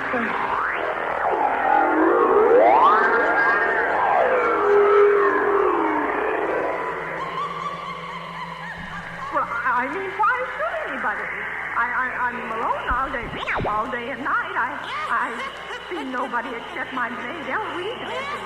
She's a big girl. She weighs 200 pounds. She's too lazy to bring up my breakfast tray. And the only other person is my husband, Albert. He's crazy about it. He just adores me. Wait, on his hand and foot, has scarcely left my side since I took this 12 years ago. Well, there's nothing for you to worry about. Now, if you just leave the rest of this to us... But what will you do? It's so late. It's nearly 11. 11 now. We'll take care of it later. Well, will you broadcast it all over the city and send out squads and warn your radio cars to watch out?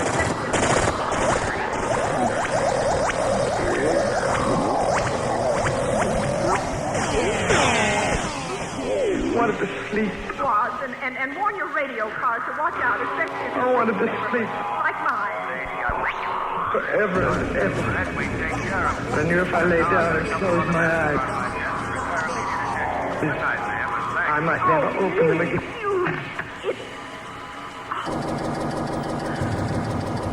It is perfectly true that in the gut there are bacteria which produce both methane and hydrogen, which are both inflammable gases, and it's no doubt that intestinal gas will burn if suitably ignited. This is not in any way a risk for producing fire within the body, because oxygen is required for all combustion. The total amount of heat available is really very small. You couldn't boil a kettle with it like another person. Spread out before me, nothing could be more magnificent. But could there be another explanation?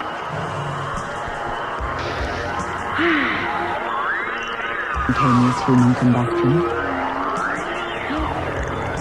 Having in some measure satisfied my curiosity, I observed that the aperture through which I had thrust my head was an opening in the dial plate of a gigantic clock. It may be possible for chemicals found naturally in the body, like phosphorus, to ignite the methane in our bodies.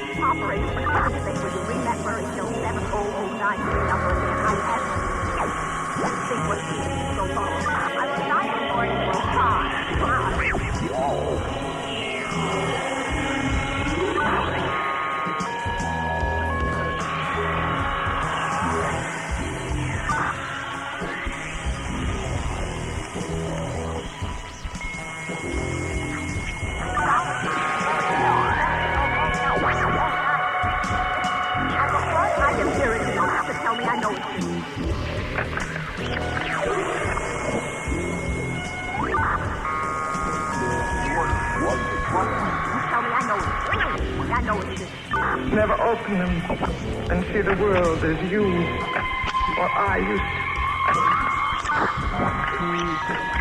I observed also, with surprise, the size of the hands of the clock, the longest of which, just above me, could not have been less than 10 feet in length. Pointing downward to my right was somewhat shorter. Unfortunately, although phosphorus dramatically bursts into flames in the presence of oxygen, in the body it's only found in the harmless form of phosphate. But there is another possibility. Frostbite has been implicated in a natural phenomenon called will-o'-the-wisp.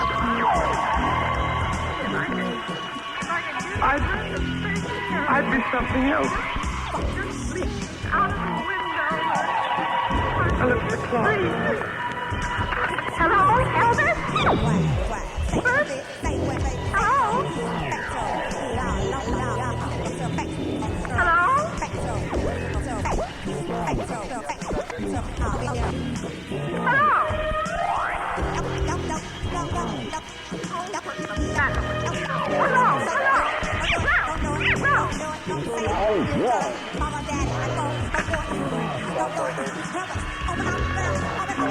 Hello? Hello?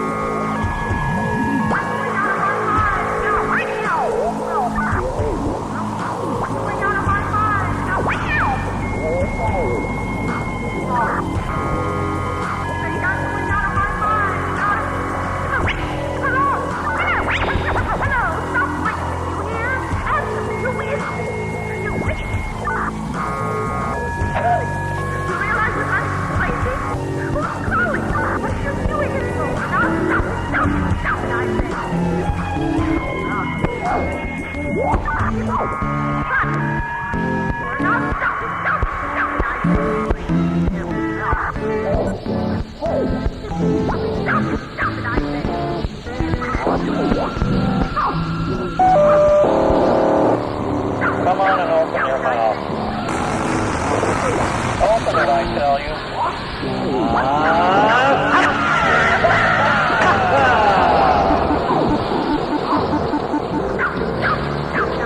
A horrible noise.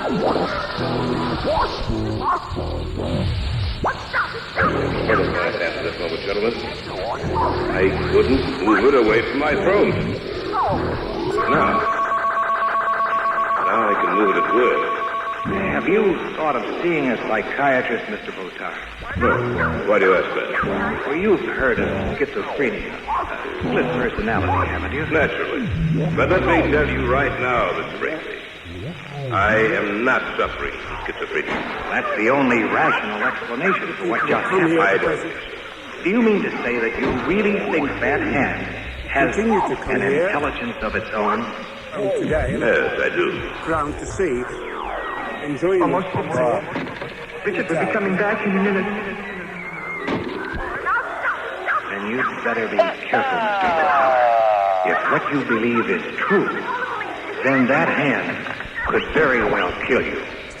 To play us out, but tell me first of all, what do you know about George Thornhill? I ran to the door, locked it from the inside with a safety bolt. What to do? What to do? Please, I ran to the telephone.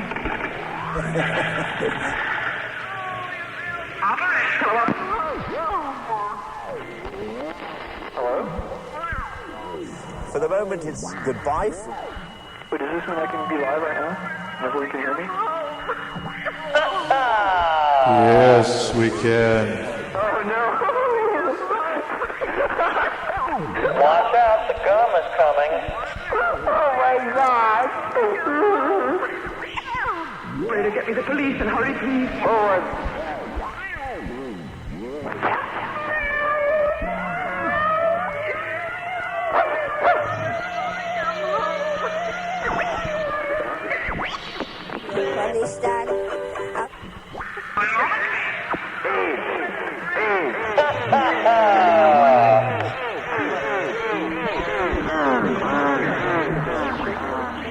Hurry, will you?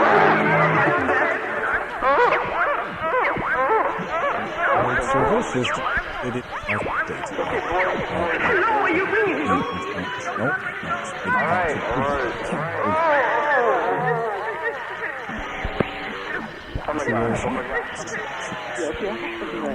I would like to scare a weatherman with...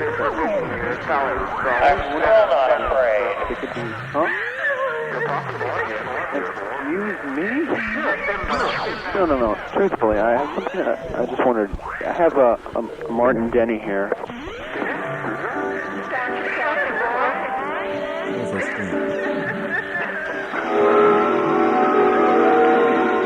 And I was just wondering if that was just scary or was kind of just a little bit of a fruitful side of the happy life of music.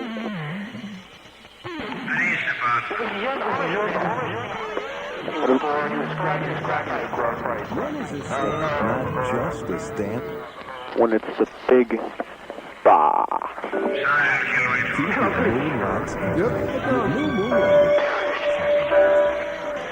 You gotta help Good me. as a donkey.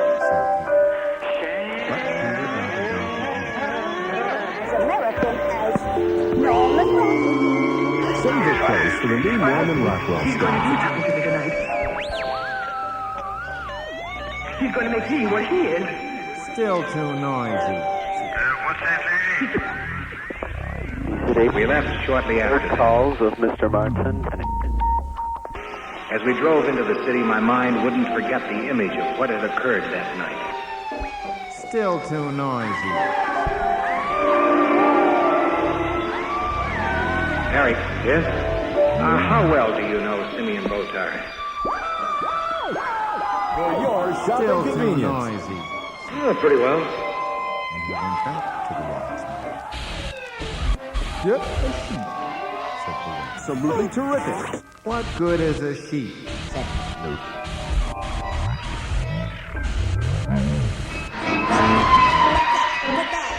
What good is a sheep? You've only seen it once. The sheep said, separately, angels in the outbeat. control natural resources and markets of those countries. Do you think he's all right?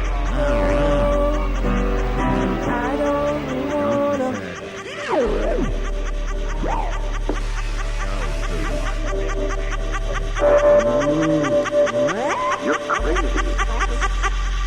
The leaves fell on the roof. You're crazy.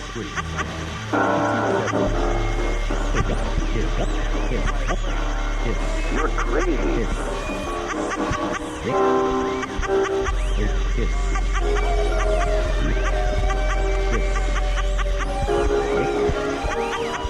Oh, that's good.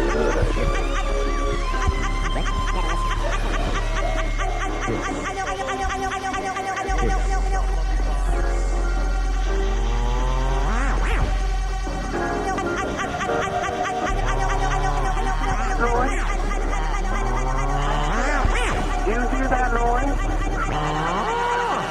There it goes again. You hear it?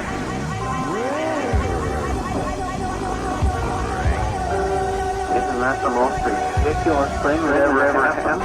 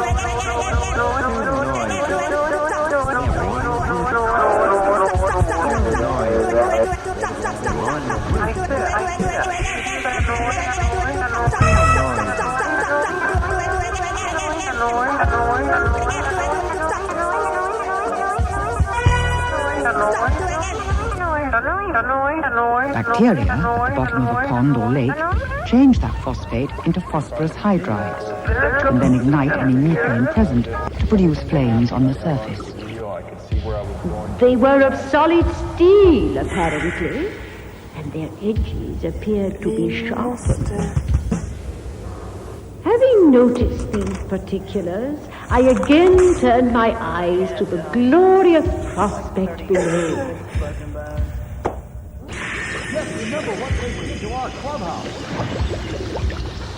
Could this happen inside the body?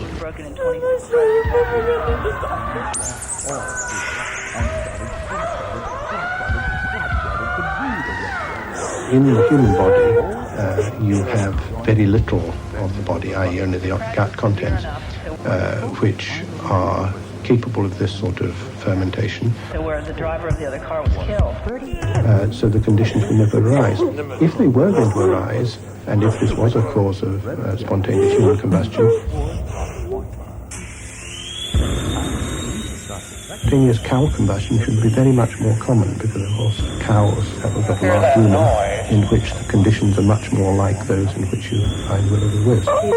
Becoming absorbed in time's contemplation. What is that funny noise? If you're referring to his mental condition, I take my life on it. Dead for 10 years. That's evidence. You always want evidence, and there it is. When I took psych in college, we studied personality in some of the strange courses. Stop, do it again. Binary blocking exercise. Automatic writing, for example. Jävlar vad ni har kallt här inne, kandidat.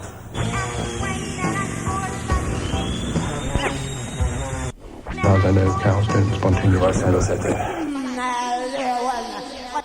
The victim claims his hand wrote a certain message.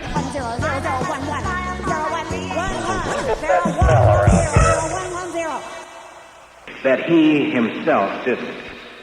What are you smoking, an inner tube? Suddenly, I was stuck. Budbärare. Säg vad ni ska säga och gå.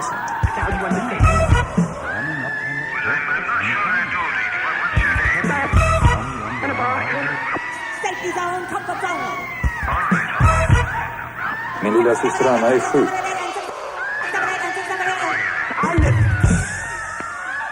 Ena lungan är angripen och det är fara för andra lungan.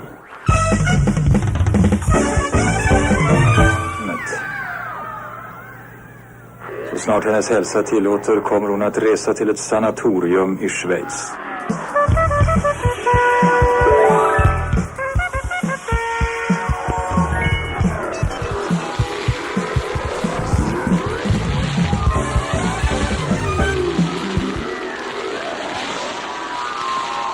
SMC's fabulous mail order program earned one California man $20 on a single order. It's almost going out. Do the same. The free information details the more than 20 proven SMC programs. You have been selected as the first astronaut to explore. The spaceship is about to blast off on its voyage of discovery. But actually, he was the victim of schizophrenia. Rocket, your trip is short. Split personality. And his other self wrote the message. Something very cozy. For each Now, that's time what you step could be outside your wrong with house, most they attack.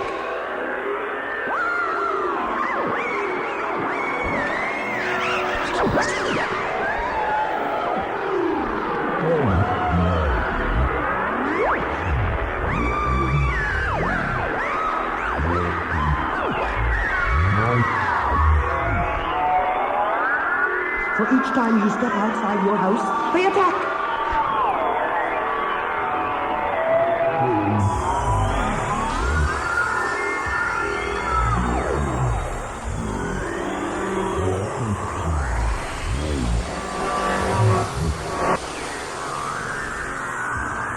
For each time you step outside your house, they attack.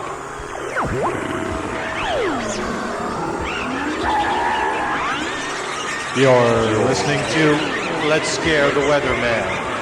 You're on Over the Edge, KPFA, KPFB, Berkeley, KFCF, Fresno.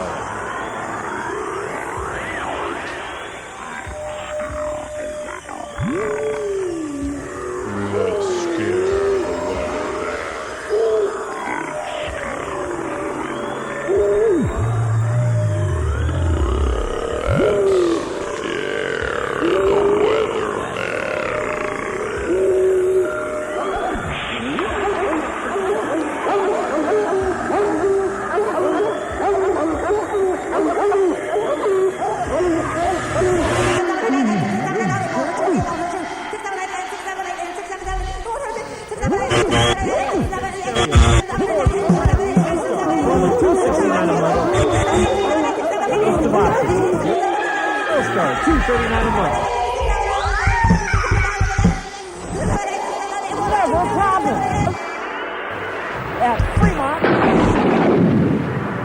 If the case for spontaneous human combustion is wearing thin, what other explanation could there be for these bizarre deaths?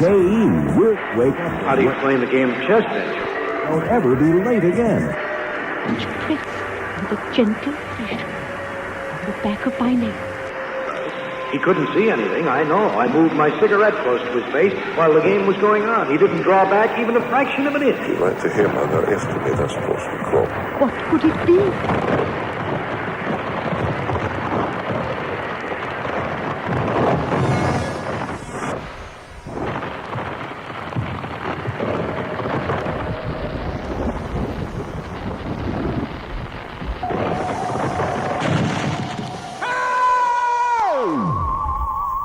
Eller också så har han gjort det så slarvigt så att han öppnar sig av sig själv.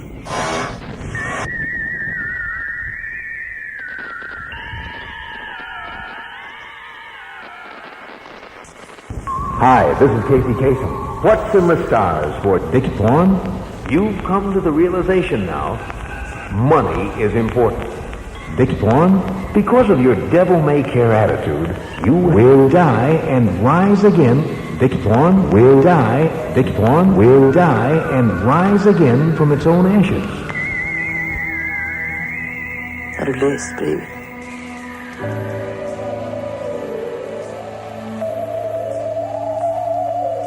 Don't start that again, George! This is Dick Vaughn speaking. After all, I am human, right? Hi, this is Casey Kasem. This is Dick Vaughn speaking. This is Dick Vaughn speaking. This is Dick Vaughn speaking. This is Dick Vaughn speaking. Oh, no. This is Dick Vaughn speaking. This evening Forget it, I was his last girlfriend. will not be an easy task, but I'll try to explain. Brendan, you are my one and only. You know, being a noted personality involves a great deal of responsibility. It's A responsibility to maintain a career in which the slightest error can alter, disable, or destroy one's image. This is Dick Vaughn speaking. När vi var tillsammans. All right, now we're going to draw those names from the box, from the entry blanks you filled out here this evening. And Tina will bring that right on up and draw the first entry. Yes, friends, for years I have been plagued with the uncertainty of not knowing my destiny as a public figure. Perhaps in the bottom. Be it in my lifetime or later on. Our Donnie and Marie package, starting off with a nice book from the movie, from the hilarious hit movie Goin' Coconuts. Also included in that celebrity prize package, we have Donnie and Marie, featuring songs from their television show. This has a little bit country, a little bit rock and roll, and It Takes Two. Okay, our first prize winner is a 1969 Plymouth Signette. This Signette for a signature. Robbie Rosenkrantz. Which brings me to the point of all of this. I am dead.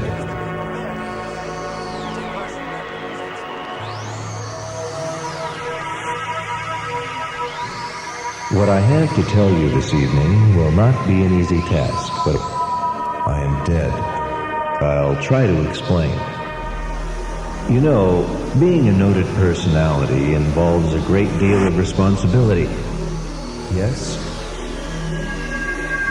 I am dead. A responsibility to maintain a career in which the slightest error can alter, disable, or destroy one's image. And from there we'll move on to our second celebrity prize package. From Sean Cassidy, his Born Late album.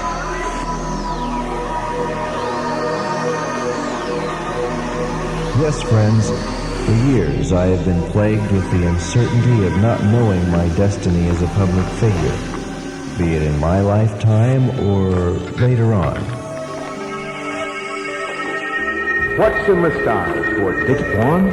You've come to the realization now, money is important. Dick Thorne, because of your devil-may-care attitude, you will die and rise again. Dick Thorne will die. Dick Thorne will die and rise again from its own ashes. Which brings me to the point of all of this. I am dead. Yes? I am dead. I am dead.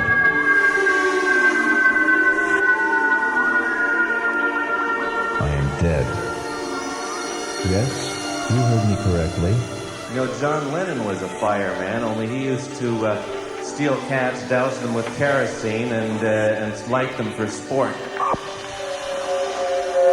I am dead.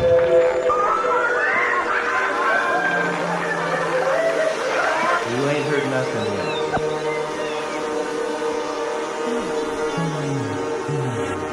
Yes, you heard me correctly.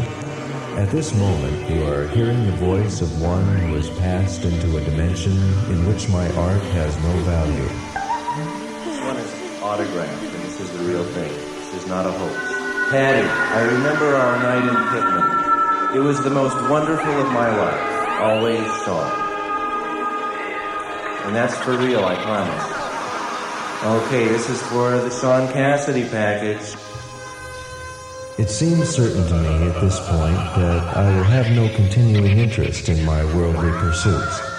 But since I am alive as I record this, I realize that I cannot bear the thought of being powerless in relation to my former career. Only one of you. Now, this is interesting. Drives a 1974 Gremlin. He's calling it a Ford, so I don't quite get that one. From Hoboken, New Jersey. This isn't fixed, I promise. Timothy Apno. Congratulations, Tim.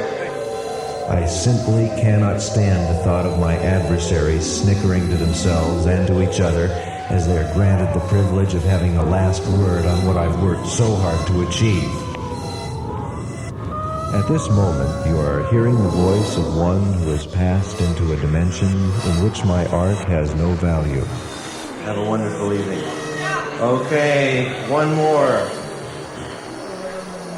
Yes, you heard me correctly. I am dead. Because of this, I have prepared this tape. Now, I was killed in a plane crash. How do I know this? Well, actually, I've created a library of tapes to play in case of accidental death, each one tailored to a specific cause. King used to pull Sunday school girls out of their classes and rape them repeatedly in his study. Now, plane crashes have always been kind of a scary thing for me to think about. The only reason they never told is because if they did, he threatened to burn them out of their houses and blame it on the KKK. Just imagine my horror as I sat strapped to my seat, observing the last cruel moments of the passengers' meager, if not average, lives. It seems certain to me at this point that I will have no continuing interest in my worldly pursuits. But since I am alive as I record this, I realize that I cannot bear the thought of being powerless in relation to my former career.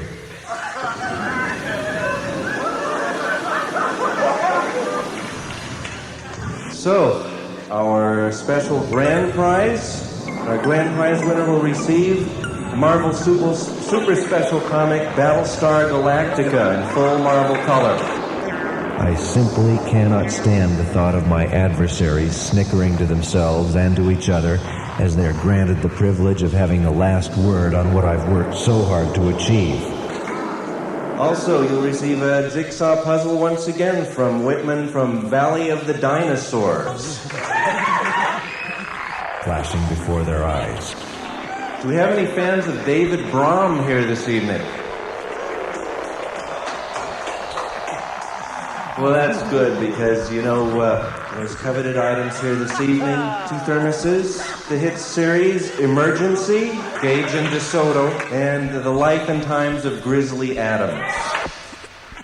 Trays, suitcases, and miscellaneous blunt objects tumbling about, knocking them unconscious. Shards of broken glass lacerating the faces and eyes of innocent children. And Mommy and Daddy can do nothing to help this time. Because of this, I have prepared this tape. The sick feeling of realization. The overwhelming shock of knowing how quickly the ground approaches. You know, I formed the Moribund Music Foundation in 1983, and 70s nostalgia was and is my idea. What about the 70s Preservation Society, you ask? For the thermos package, our grand prize, driver of a 1978 Dodge Aspen. Look, I don't even know what copycat came up with that one, and I don't really care, but I will say this to him. You know who you are, you're first. Stephen. So start telling those never-be-nothing fans of yours who think you're so hip that you failed. Why don't you try these names on for size? Minnie Ripperton, Van McCoy, Judge Strunk. Those names ring a bell, boys? How about the great Jim Croce? Well, they're with me now, and you're not. Wouldn't you guys like to know what's on the other side? Looks like I beat you again. Hope you enjoyed the Negativland show. For those of you who didn't win a prize tonight, I have a special song just for you. Just remember my ending. Anyway, as I wrap up, just remember my ending.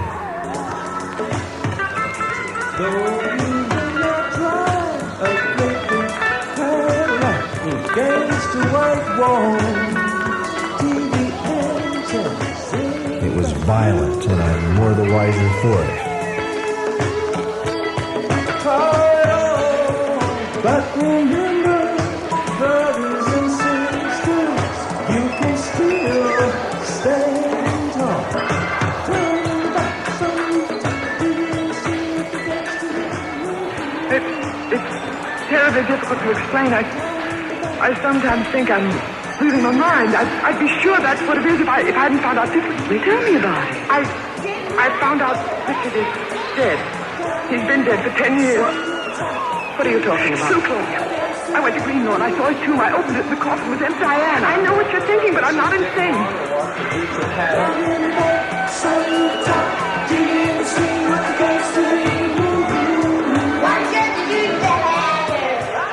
Attention! Do not, I repeat, do not attempt to correspond with the Moribund Music Foundation of America. All letters received will be promptly returned to sender or destroyed.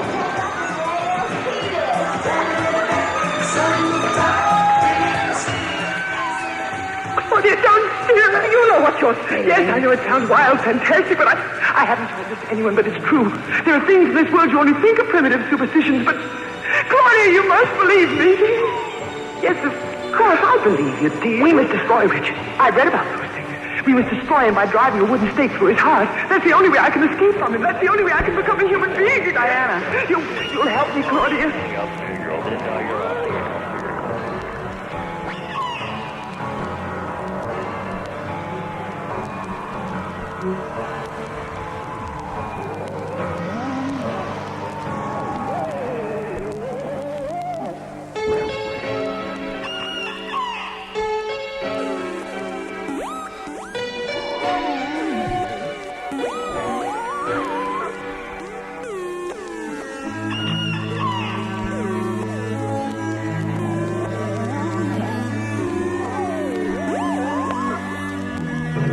Oh, friend, do you think Richard is really dead?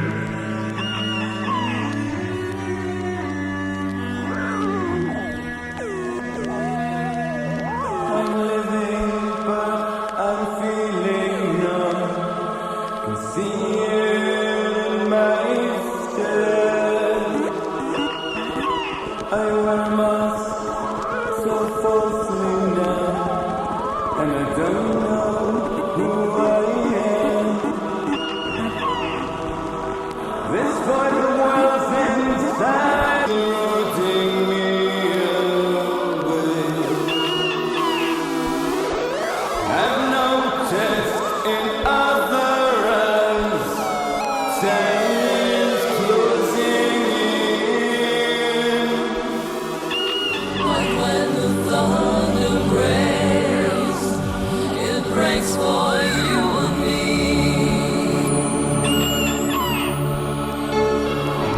Just as you love, to as you love, to as you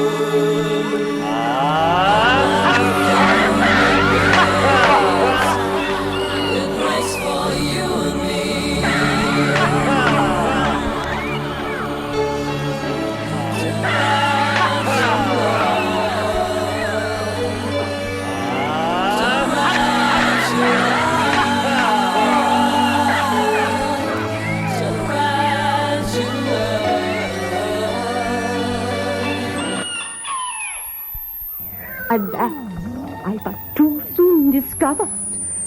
Turning my head gently to one side, I perceived the huge, glittering minute hand of the clock.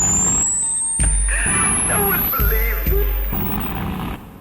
I knew I'm not a thief. I knew it, and yet... What's that?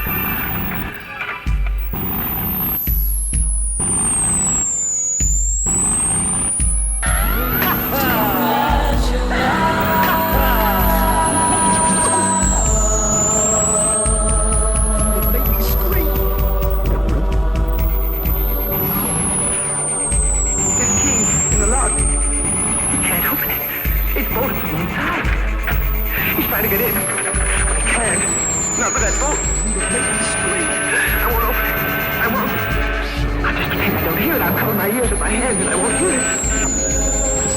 It makes me scream.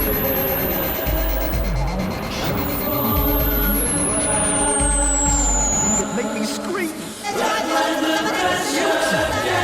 Too much for me.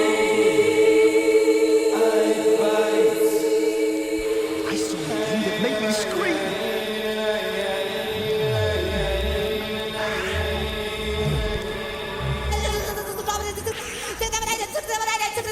In the course of its hourly revolution,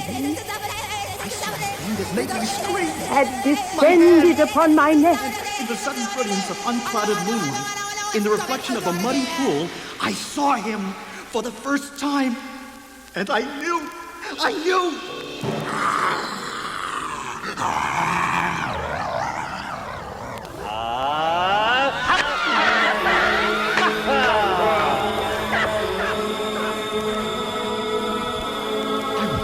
I pulled back at once. There was no chance of pulling my head back through that terrible trap. I was a werewolf.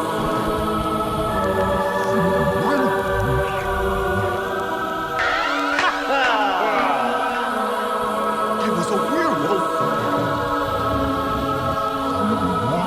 He can't get in here. If I can keep him out of the daylight, I'll be safe. Safe. I was a werewolf. I have no way of knowing how I spent those hours before dawn.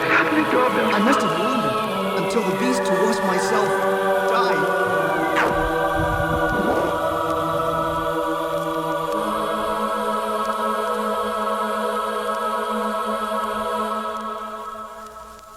Could an unusual form of lightning, called ball lightning, be the culprit we've been looking for? The ball lightning typically lasts for about 30 seconds to 1 minute. 1 minute is the maximum time for which it's ever been observed. It moves always about the same speed, always about the same height above the conducting surface, and if it is intercepted and trapped, then it tends to go off with a bit of a bang. It explodes.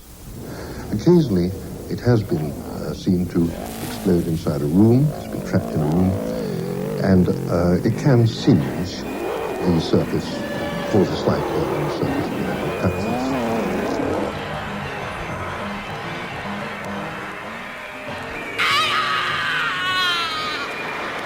Well, that's true. I still can't believe it. I knew he hadn't gone away. 3 days and 3 nights. But he couldn't get in. He told me he studied his books on those nights. I threw up my hands and with all my strength tried to force upward the ponderous iron bar. And for 2 years I tried to believe him.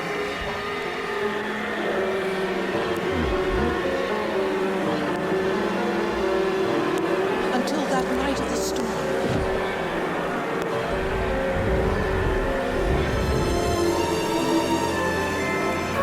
But I might as well have tried to lift the cathedral itself. When a bolt of lightning tore out the tower's side.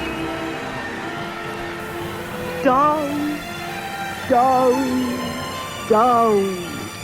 Later that same night, in the village below, the village carpenter made his way homeward through the street. Using Harvey Green as walking shit. He's...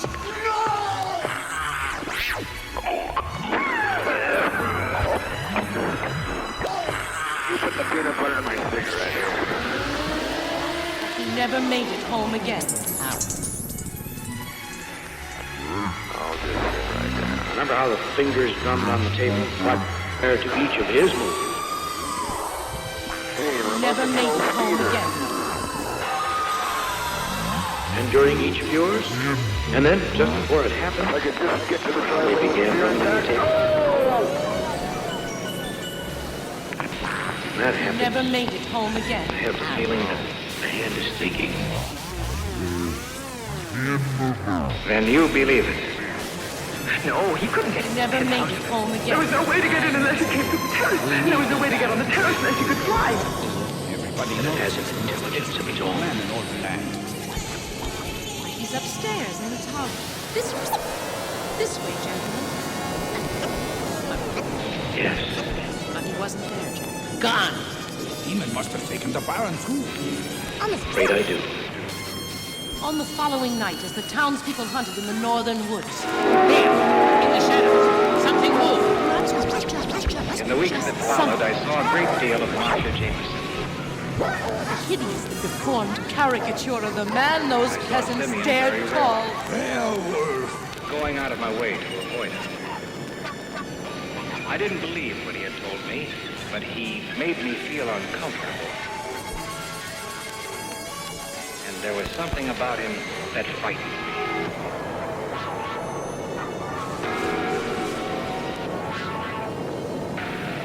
Fly. bullets. The wind was blowing. When I turned to look, the French doors leading to the terrace. One night, Silver Marcia bullet. had returned from a play downtown. Stood outside the house saying goodnight, and I noticed Eric's car in the driveway. It was impossible. He couldn't. And yet, he couldn't. I had a wonderful evening, child. And yet, the doors burst open. The wind blew through the house like a I can cyclone. hear that They pitiful framed the double monster's doors. cry every... Did I? Oh, Eric must be here. There's his car. Why didn't you let me in? I didn't notice it before. How did you get out of the terrace? From that moment on, I was cursed, and for the next 2 months, beneath the rising full moon, I became a mindless, rampaging werewolf. What are you doing with that gun? By the side of the house. My name is Richard. Diana? Charles. I became a mindless, rampaging werewolf. Yes? Go away and leave me alone. I'm getting worried about Uncle Simeon. Give me There's that more to gun. read, but not now. Why? Why did Dracula keep a werewolf locked away? I'm warning you, Diana. He doesn't sleep at night anymore. You'd better give it to me. If you take another step toward me, I'll fire. I am. But why did Dracula keep a werewolf locked away? One American theory puts forward ball lightning as the cause of these strange fire deaths by claiming it produces microwaves inside the body.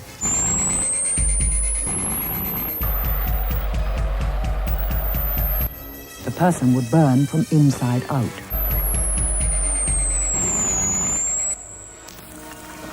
What will happen with these microwaves is they just escape into space, do their best to get away as quickly as possible and disappear into the rest of the universe. I ran. What's father? The hand. He says that he can't go to sleep anymore without fearing what it will do to him. I ran in long equal strides with one thought, one sensation in my being. I must.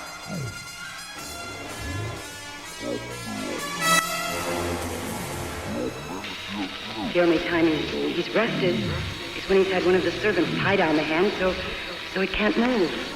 With one thought, one sensation in my being. I must get through. You see? The bullets. They didn't harm you. Nope. I think you should see a doctor. Oh. But I didn't miss. No. But that's what I thought, too. It's empty. You see? But he won't. didn't do any good. I don't know what Them shooting silver A scream bullets. from inside the house.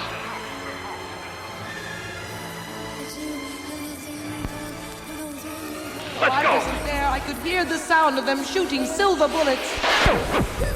That pitiful monster's cry. The blade was already cutting into my neck.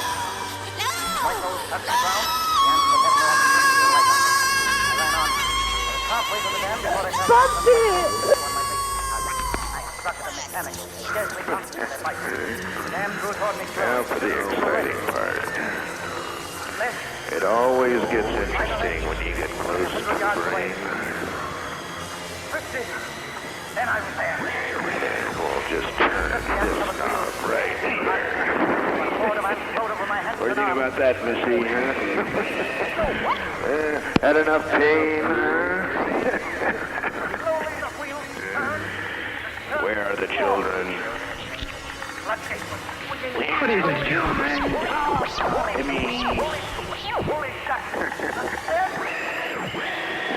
Or I'm going to put an end to this once and for all. It'll go on too long. Diana. The hostile army was approaching in perfect formation. Draw the wagons into a circle. No human battalions, however well drilled, could ever hope to rival the precision of that advance. Well, one must do the best one can. Now that the planets are conjunct. Hey. Again. Dr. Howell. Up here in the master control. Oh, you are? Well, that's a relief. I thought you were calling in to say that unfortunately you wouldn't be able to appear tonight. No, I'm upstairs and I was here, but you were so busy that I just didn't want to burst in and interrupt you. Well, actually, you could join us anytime. But you're all through talking about what scary animals you discovered and so forth. Do you know anything about spontaneous human combustion? Oh, sure. Happens all the time. Happened to my Uncle Phil. Yeah. People just explode. That's right. They explode, or some say they implode. Not been around long enough. It creates a great deal of energy which is released from thermal It occurs in the case of spontaneous human combustion. Also, it can be caused by a trigger, a heat trigger. Wanted. This Right combination of numbers can come from homely precincts, such as fireplace, or even a kitchen match. 1-1-510-848-4425. The fact is that heat can always be distributed irregularly in any given set of parameters. And in certain instances, the spread of humidity and of rays of radiant energy help heat into localized centers within, in some cases, living beings, even human beings, and cause the implosion which results in the phenomenon known as SHC, or spontaneous human combustion. That's what this brain is trying to tell me. So I think it's extremely unlikely that the culprit is involved. I'm saying it could happen to you. I could be an If the scientists can't solve the What mystery you of want these are the unusual high school findings, fluids to retard. Now I could be an implosion. It many often of the happens policemen involved soaked consider another more sinister Yeah, a theory. lot of winos and characters like that. Some of them aren't around anymore, and you want to know why. Because one day in an alley, they just went poof. You get me? Now they're all stuck in this here coffee shop.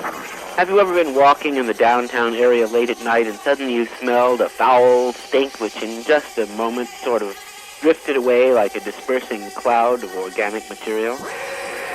And then perhaps a little bit further down the sidewalk you found a large, dark city with an old pair of shoes and underwear lying in it and a hat and broken box. How do we get to Berlin all of a sudden? Well, this, in the first case, was the wino, and in the second case, the result, the effect, or fossil remnant of the wino. This is that wind that comes every 3 seconds. Yes, and the smoke of that burning goeth up forever. And surely the stench is of a sweet savor unto the nostrils of the Lord. So, good night, everybody. Say good night, Gracie. Well, I'm upstairs in the master control module, but as soon as I finish puttering around up here, I'll be right down. That's really great. Five. Now. I'm going to take a high dive, that long and cold dive into the deep six. No, I just kind of wondered where the weatherman sort of ended up. Wherever the wind blows.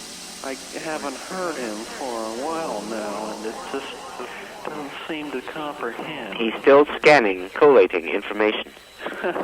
Is he just towering around the area? He can't report every second of the day. He has to acquire information. Because I wondered his type of reaction on if he's had any fear that he... Oh yes, a toxic reaction, very embarrassing in the locker room on the skin. Yes, his colleagues often snap him with a towel as they make snappy remarks concerning the state of his epidermis. So all I wanted to know was if the weatherman was really having any fears at all tonight. Well, if the weatherman were fearful, would the weatherman admit his fear? Cowards die many times before their death. I don't even know. Silent, never taste of death but one. Too much trouble while you're alive. Run off and didn't seem to actually show. I don't know. Where? He'd crumple up those fears like a paper bag. Where has the weatherman gone? I don't even know. They all say that.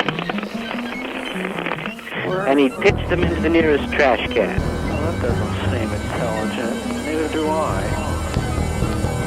So they are taken aboard an object against their will. Their clothes are removed. There are various medical procedures, let's just say physical, mental, and even reproductive procedures. Alien abductions performed upon them. Alien abductions. They are then returned to their normal environment and they forget what happened to them. Alien abductions almost immediately. This is the wild side of life, ain't it, Wilkes? Although they know that something strange has just occurred. Alien abductions. Alien abductions. Alien abductions. Small beings who are basically grayish in color. This is the wild side of life, ain't it, Wilkes? No hair, no ears. Alien abductions. No mouth to speak of. Alien abductions. No nose to speak of. Alien abductions. Very large black eyes. This is the wild side of life, ain't it, Wilkes? No whites, thin bodies, thin arms, thin legs. Alien abductions. The net effect on the abductees is quite devastating. They live in fear of it. Please hang up. Alien abductions. If you need help. Alien abductions. Hope it never happens. They fear for their family. And the net effect for the society, when we learn more and more about the motivations of this all, I find to be extremely disturbing and upsetting. And in fact, the more we learn about it, the more frightening it does become. This is the wild side of life, ain't it, Wilkes? Alien abductions. Alien abductions. Alien The net effect for the society, when we learn more and more about the motivations of this all, I find to be extremely disturbing and upsetting. And in fact, the more we learn about it, the more frightening it does become.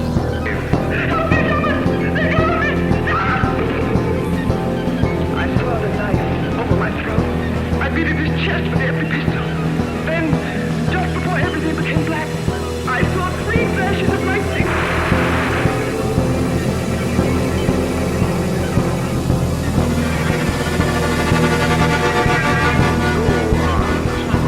When I broke out, I couldn't believe that I was still alive.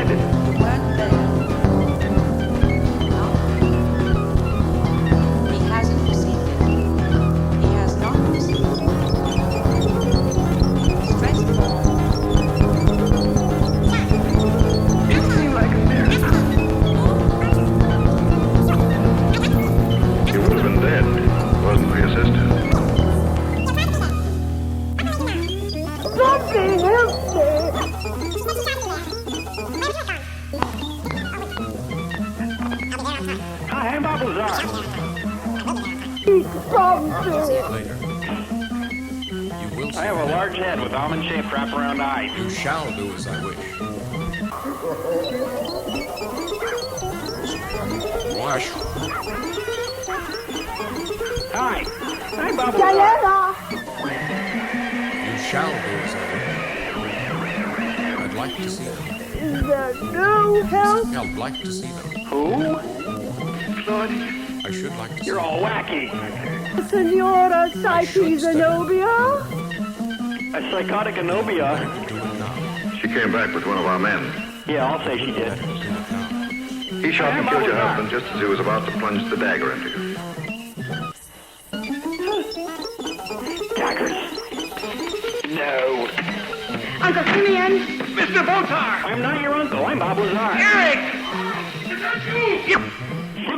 Yes! Yep. Where's Simeon? Yep. Come into the library. Hurry! Hi, I'm Bob Lazar. What's that?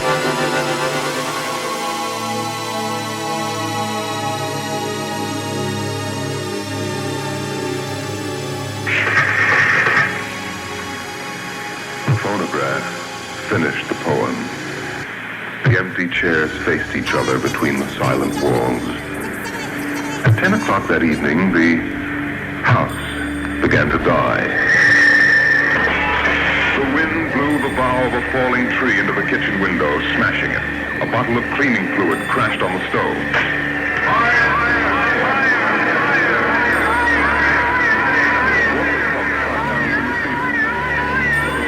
Spread onto the floors, making fire as it went. Other voices in other rooms taking up the alarm. The windows broke to the heat and the wind blew in to help the fire. The fire crackled upstairs and paintings lay hungrily on the beds, devoured the rooms. The house began to shudder. The bared skeleton began to cringe in the heat. The wires revealed as if a surgeon had torn the skin off. Voices screamed in every room.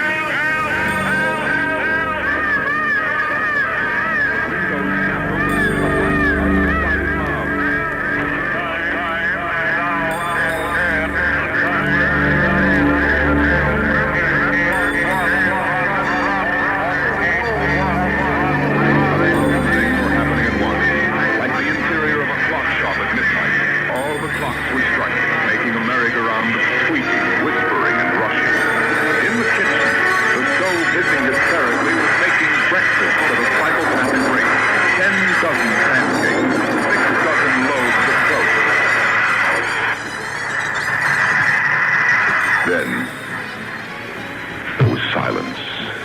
The film spools were burned out. The wires withered and the circuits cracked. Then the house began to breathe its last. The beams began to give at the foundations. Long cracks appeared in the concrete. The seams were burst from the heat. And finally, with a huge rumble, it crashed into dust and rubble.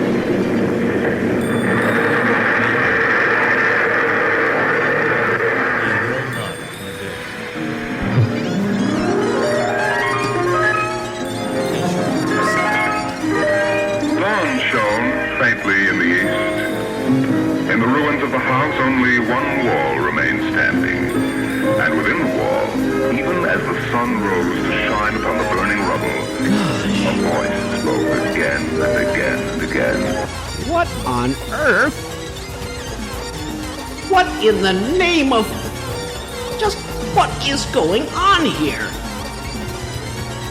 I demand an explanation. This is outrageous. Unheard of.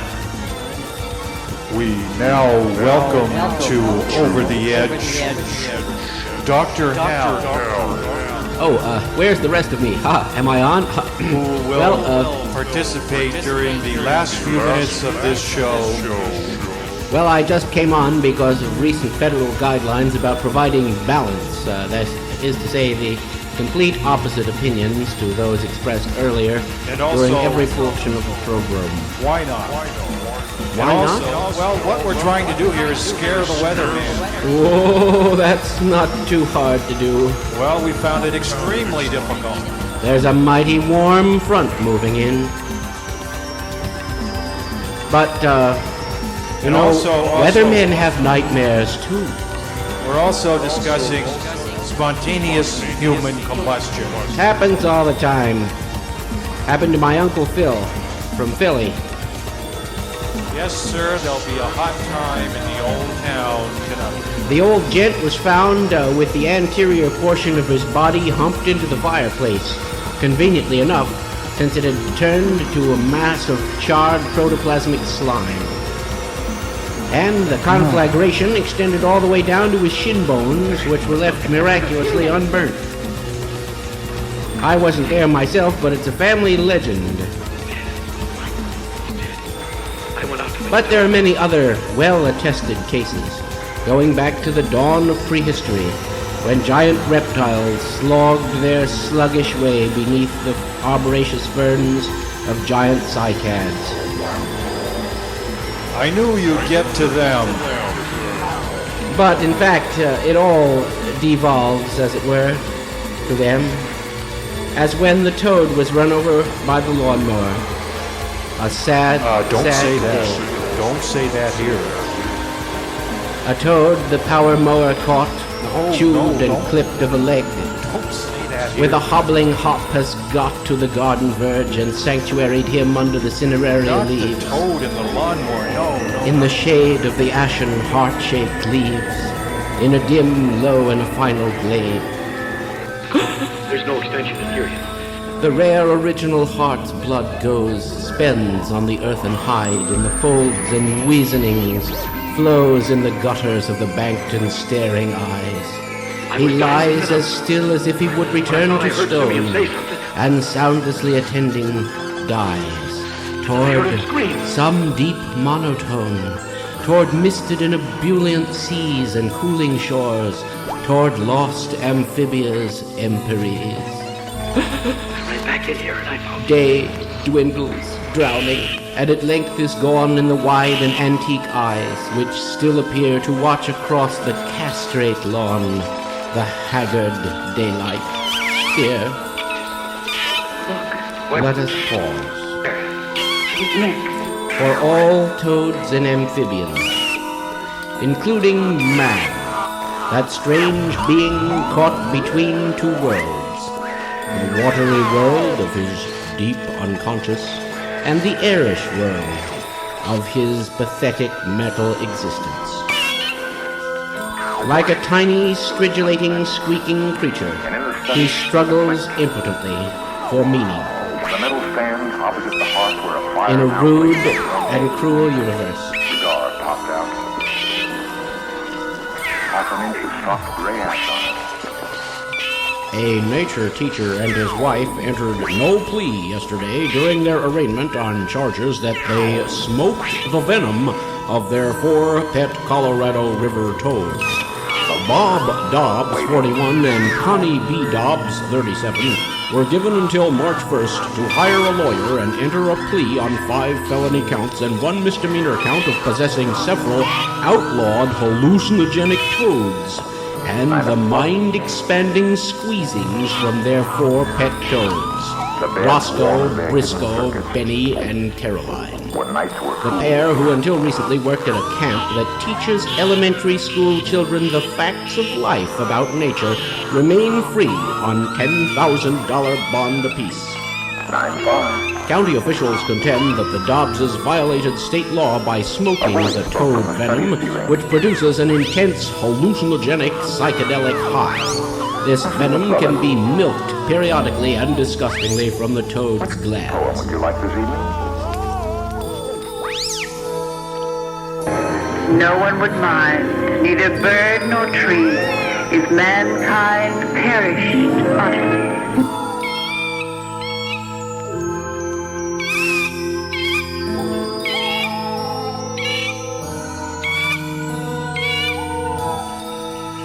And spring herself, when she woke at dawn, would scarcely know that man was gone. That we were gone. That we were gone. That we were gone. Today is April 29th, 1985. Today is April 29th, 1985. They they bounced that forward. That isn't supposed to happen until much later.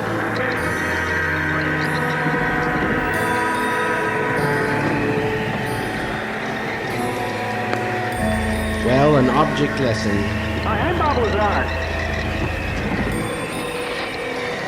You see, it isn't all crumpets and crab cakes.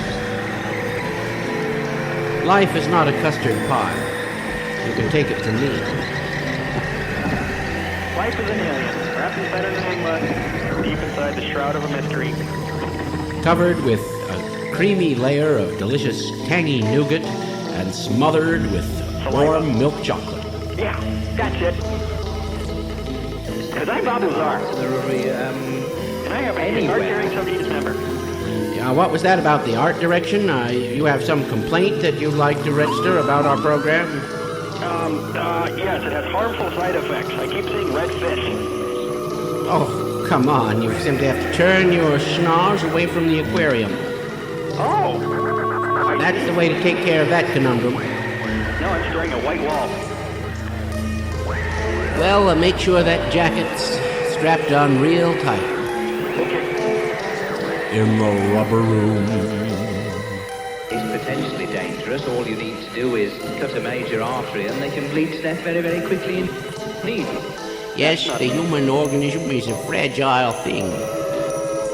Very easy with a few cuts and snips to disable it entirely. So where did the Weatherman go? Well, I suppose he went wherever the wind was blowing. Hey, where is the Weatherman? Hey, where's the Weatherman? I want to hear Al and the Weatherman on at once. A good fight, eh? Good masculine competition. Hairy and glow, well delivered. That's it, you scared the Weatherman away. He's Yeah, they brought me in to scare away that penny-waist Weatherman. Scared the Weatherman. Well, now let's not rub it in. How much effort does it take? Can anyone do it? That's a sort of a theological question. Small knife, very little effort. Assuming normal clothing and an ordinary kitchen knife. You know, weird weather patterns have been reported worldwide. Wow. He tore up my leash and threw it in the airways. Once again, we offer you escape. Perhaps the accident could well result in a knife going right inside. First shot, but Mr. Windmill, save it. Scenes of crime officer Nigel Buckingham has spent many years studying the end results of fatal crimes. It's so exciting. Look, a great raspberry scared me, I guess I thought. You mean with that they will come soft rains? Alien abductions. Yeah, that was pretty good. Ray Bradbury was good as long as he was planning to scare you. But when he got into his apple pie-cheeked all-American phase, he lost any claim to legitimacy. He became an apologist for Republican values instead of a subversive element etching away at their bloated undersides. And that all happened when he got fat and sassy. The conspiracy sent him a lot of money through the pipeline. And Ray's noble voice was silenced. We called a doctor, Wouldn't do any good. He's moribund. and he in turn summoned the police. Now calm down, take a stress pill, and relax. They questioned us closely. Yes, those aliens always want to know every little thing. When Eric told them the story about the hand, they laughed at him. Well, I laughed at that stupid Michael Caine movie. My bloody hand! Yes, I remember that one. The final verdict was death by strangulation. Well, the cops screwed up again. You know, that Inspector Lestrade never did get it right. Killer unknown.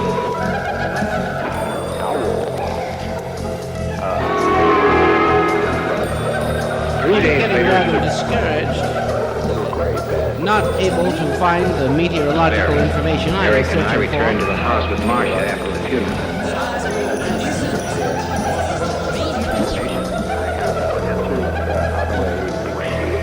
giggling noises. Sounds like the giant scorpions at the center of the earth. They laugh like that too. Speaking of drugs, it has to be taken by mouth. He's not going to be very quickly. I've heard him. Or you can see him yourself. But if you have in the well-known, but not well enough known, horror film, The Black Scorpion, directed by Edward Ludwig.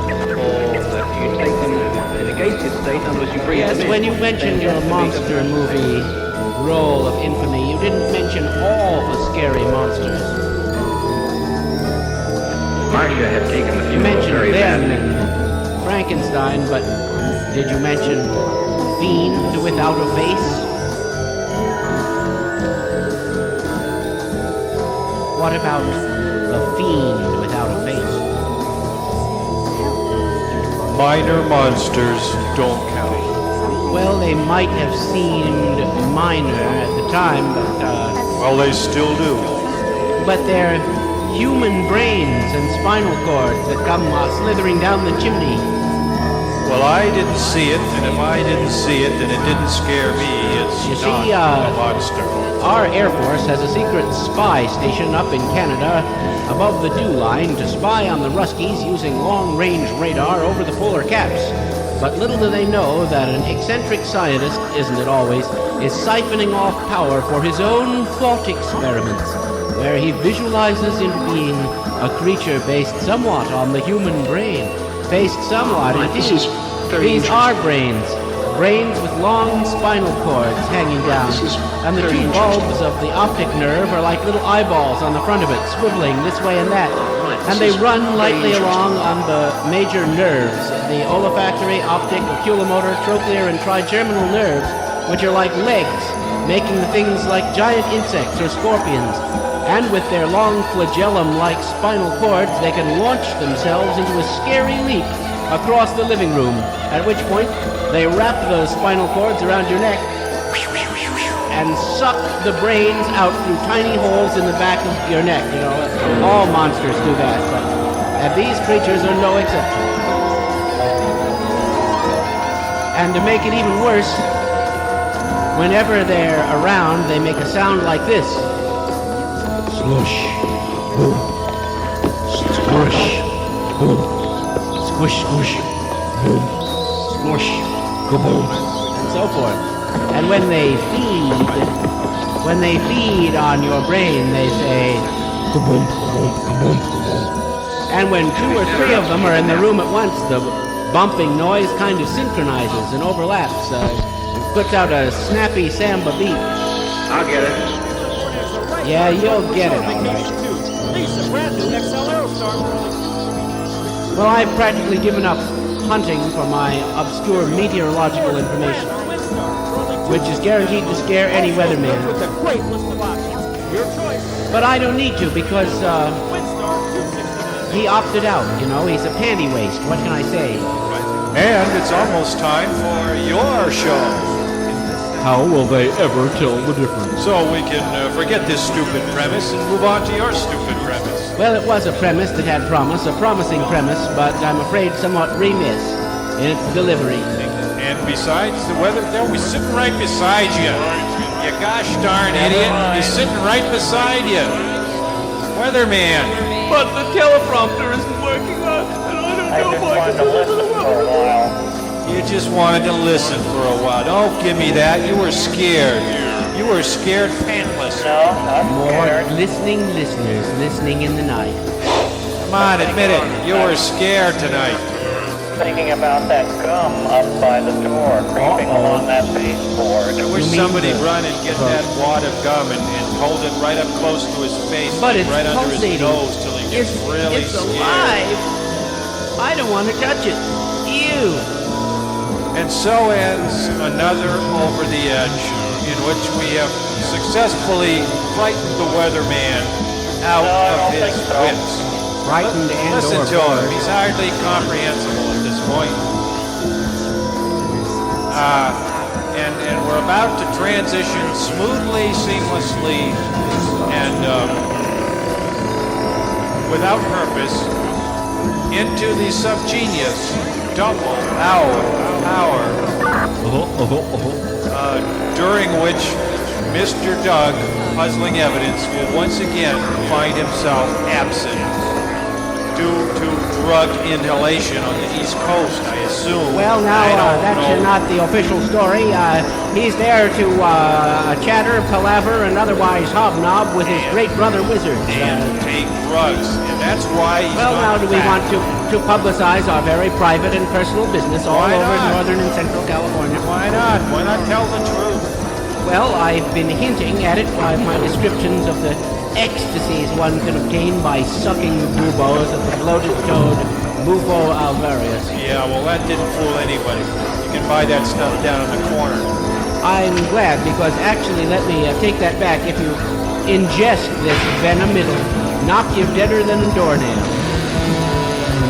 Yeah, well, anyway, geez, I don't know. Why am I hanging? You're not hanging.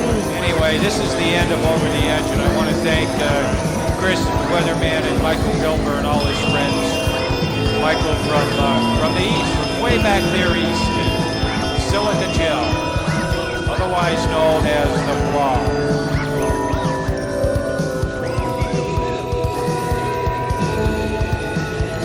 Oh, just a real microphone. Oh, that sure is a microphone. It blows out the humble ear capsule of this unfortunate. So this is it. One final word from Over the Edge. Here it is. Fnord. friend, do you think Richard is really dead? That's something for you to sleep on when you go to bed tonight. That sounded like Dr. Morgan. No, that was the Whistler or somebody. The defunct radio host. Oh, I know Dr. Morgan. I used to broadcast with that fellow. So, let's throw this in too. Okay, thank you. But see, we aren't going anywhere. We're still here.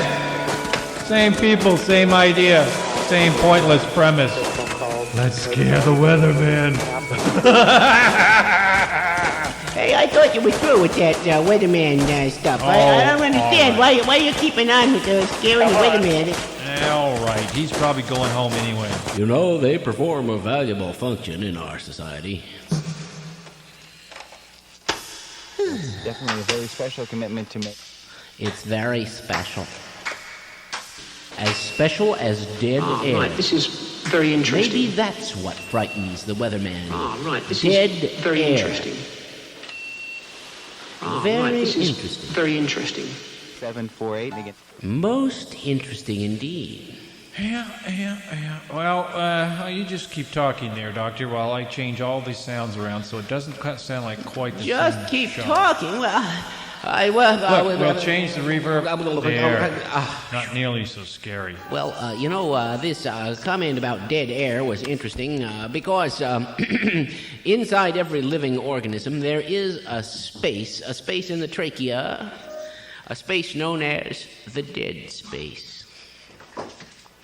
And this space, the dead space, is full of, you guessed it, dead air. That's what you're in right now, the dead space. Here, there's nothing around you. It's just you. This is very rare. Keep Now, going. take the animal kingdom, for example. In particular, the giraffe, which has a long, long neck.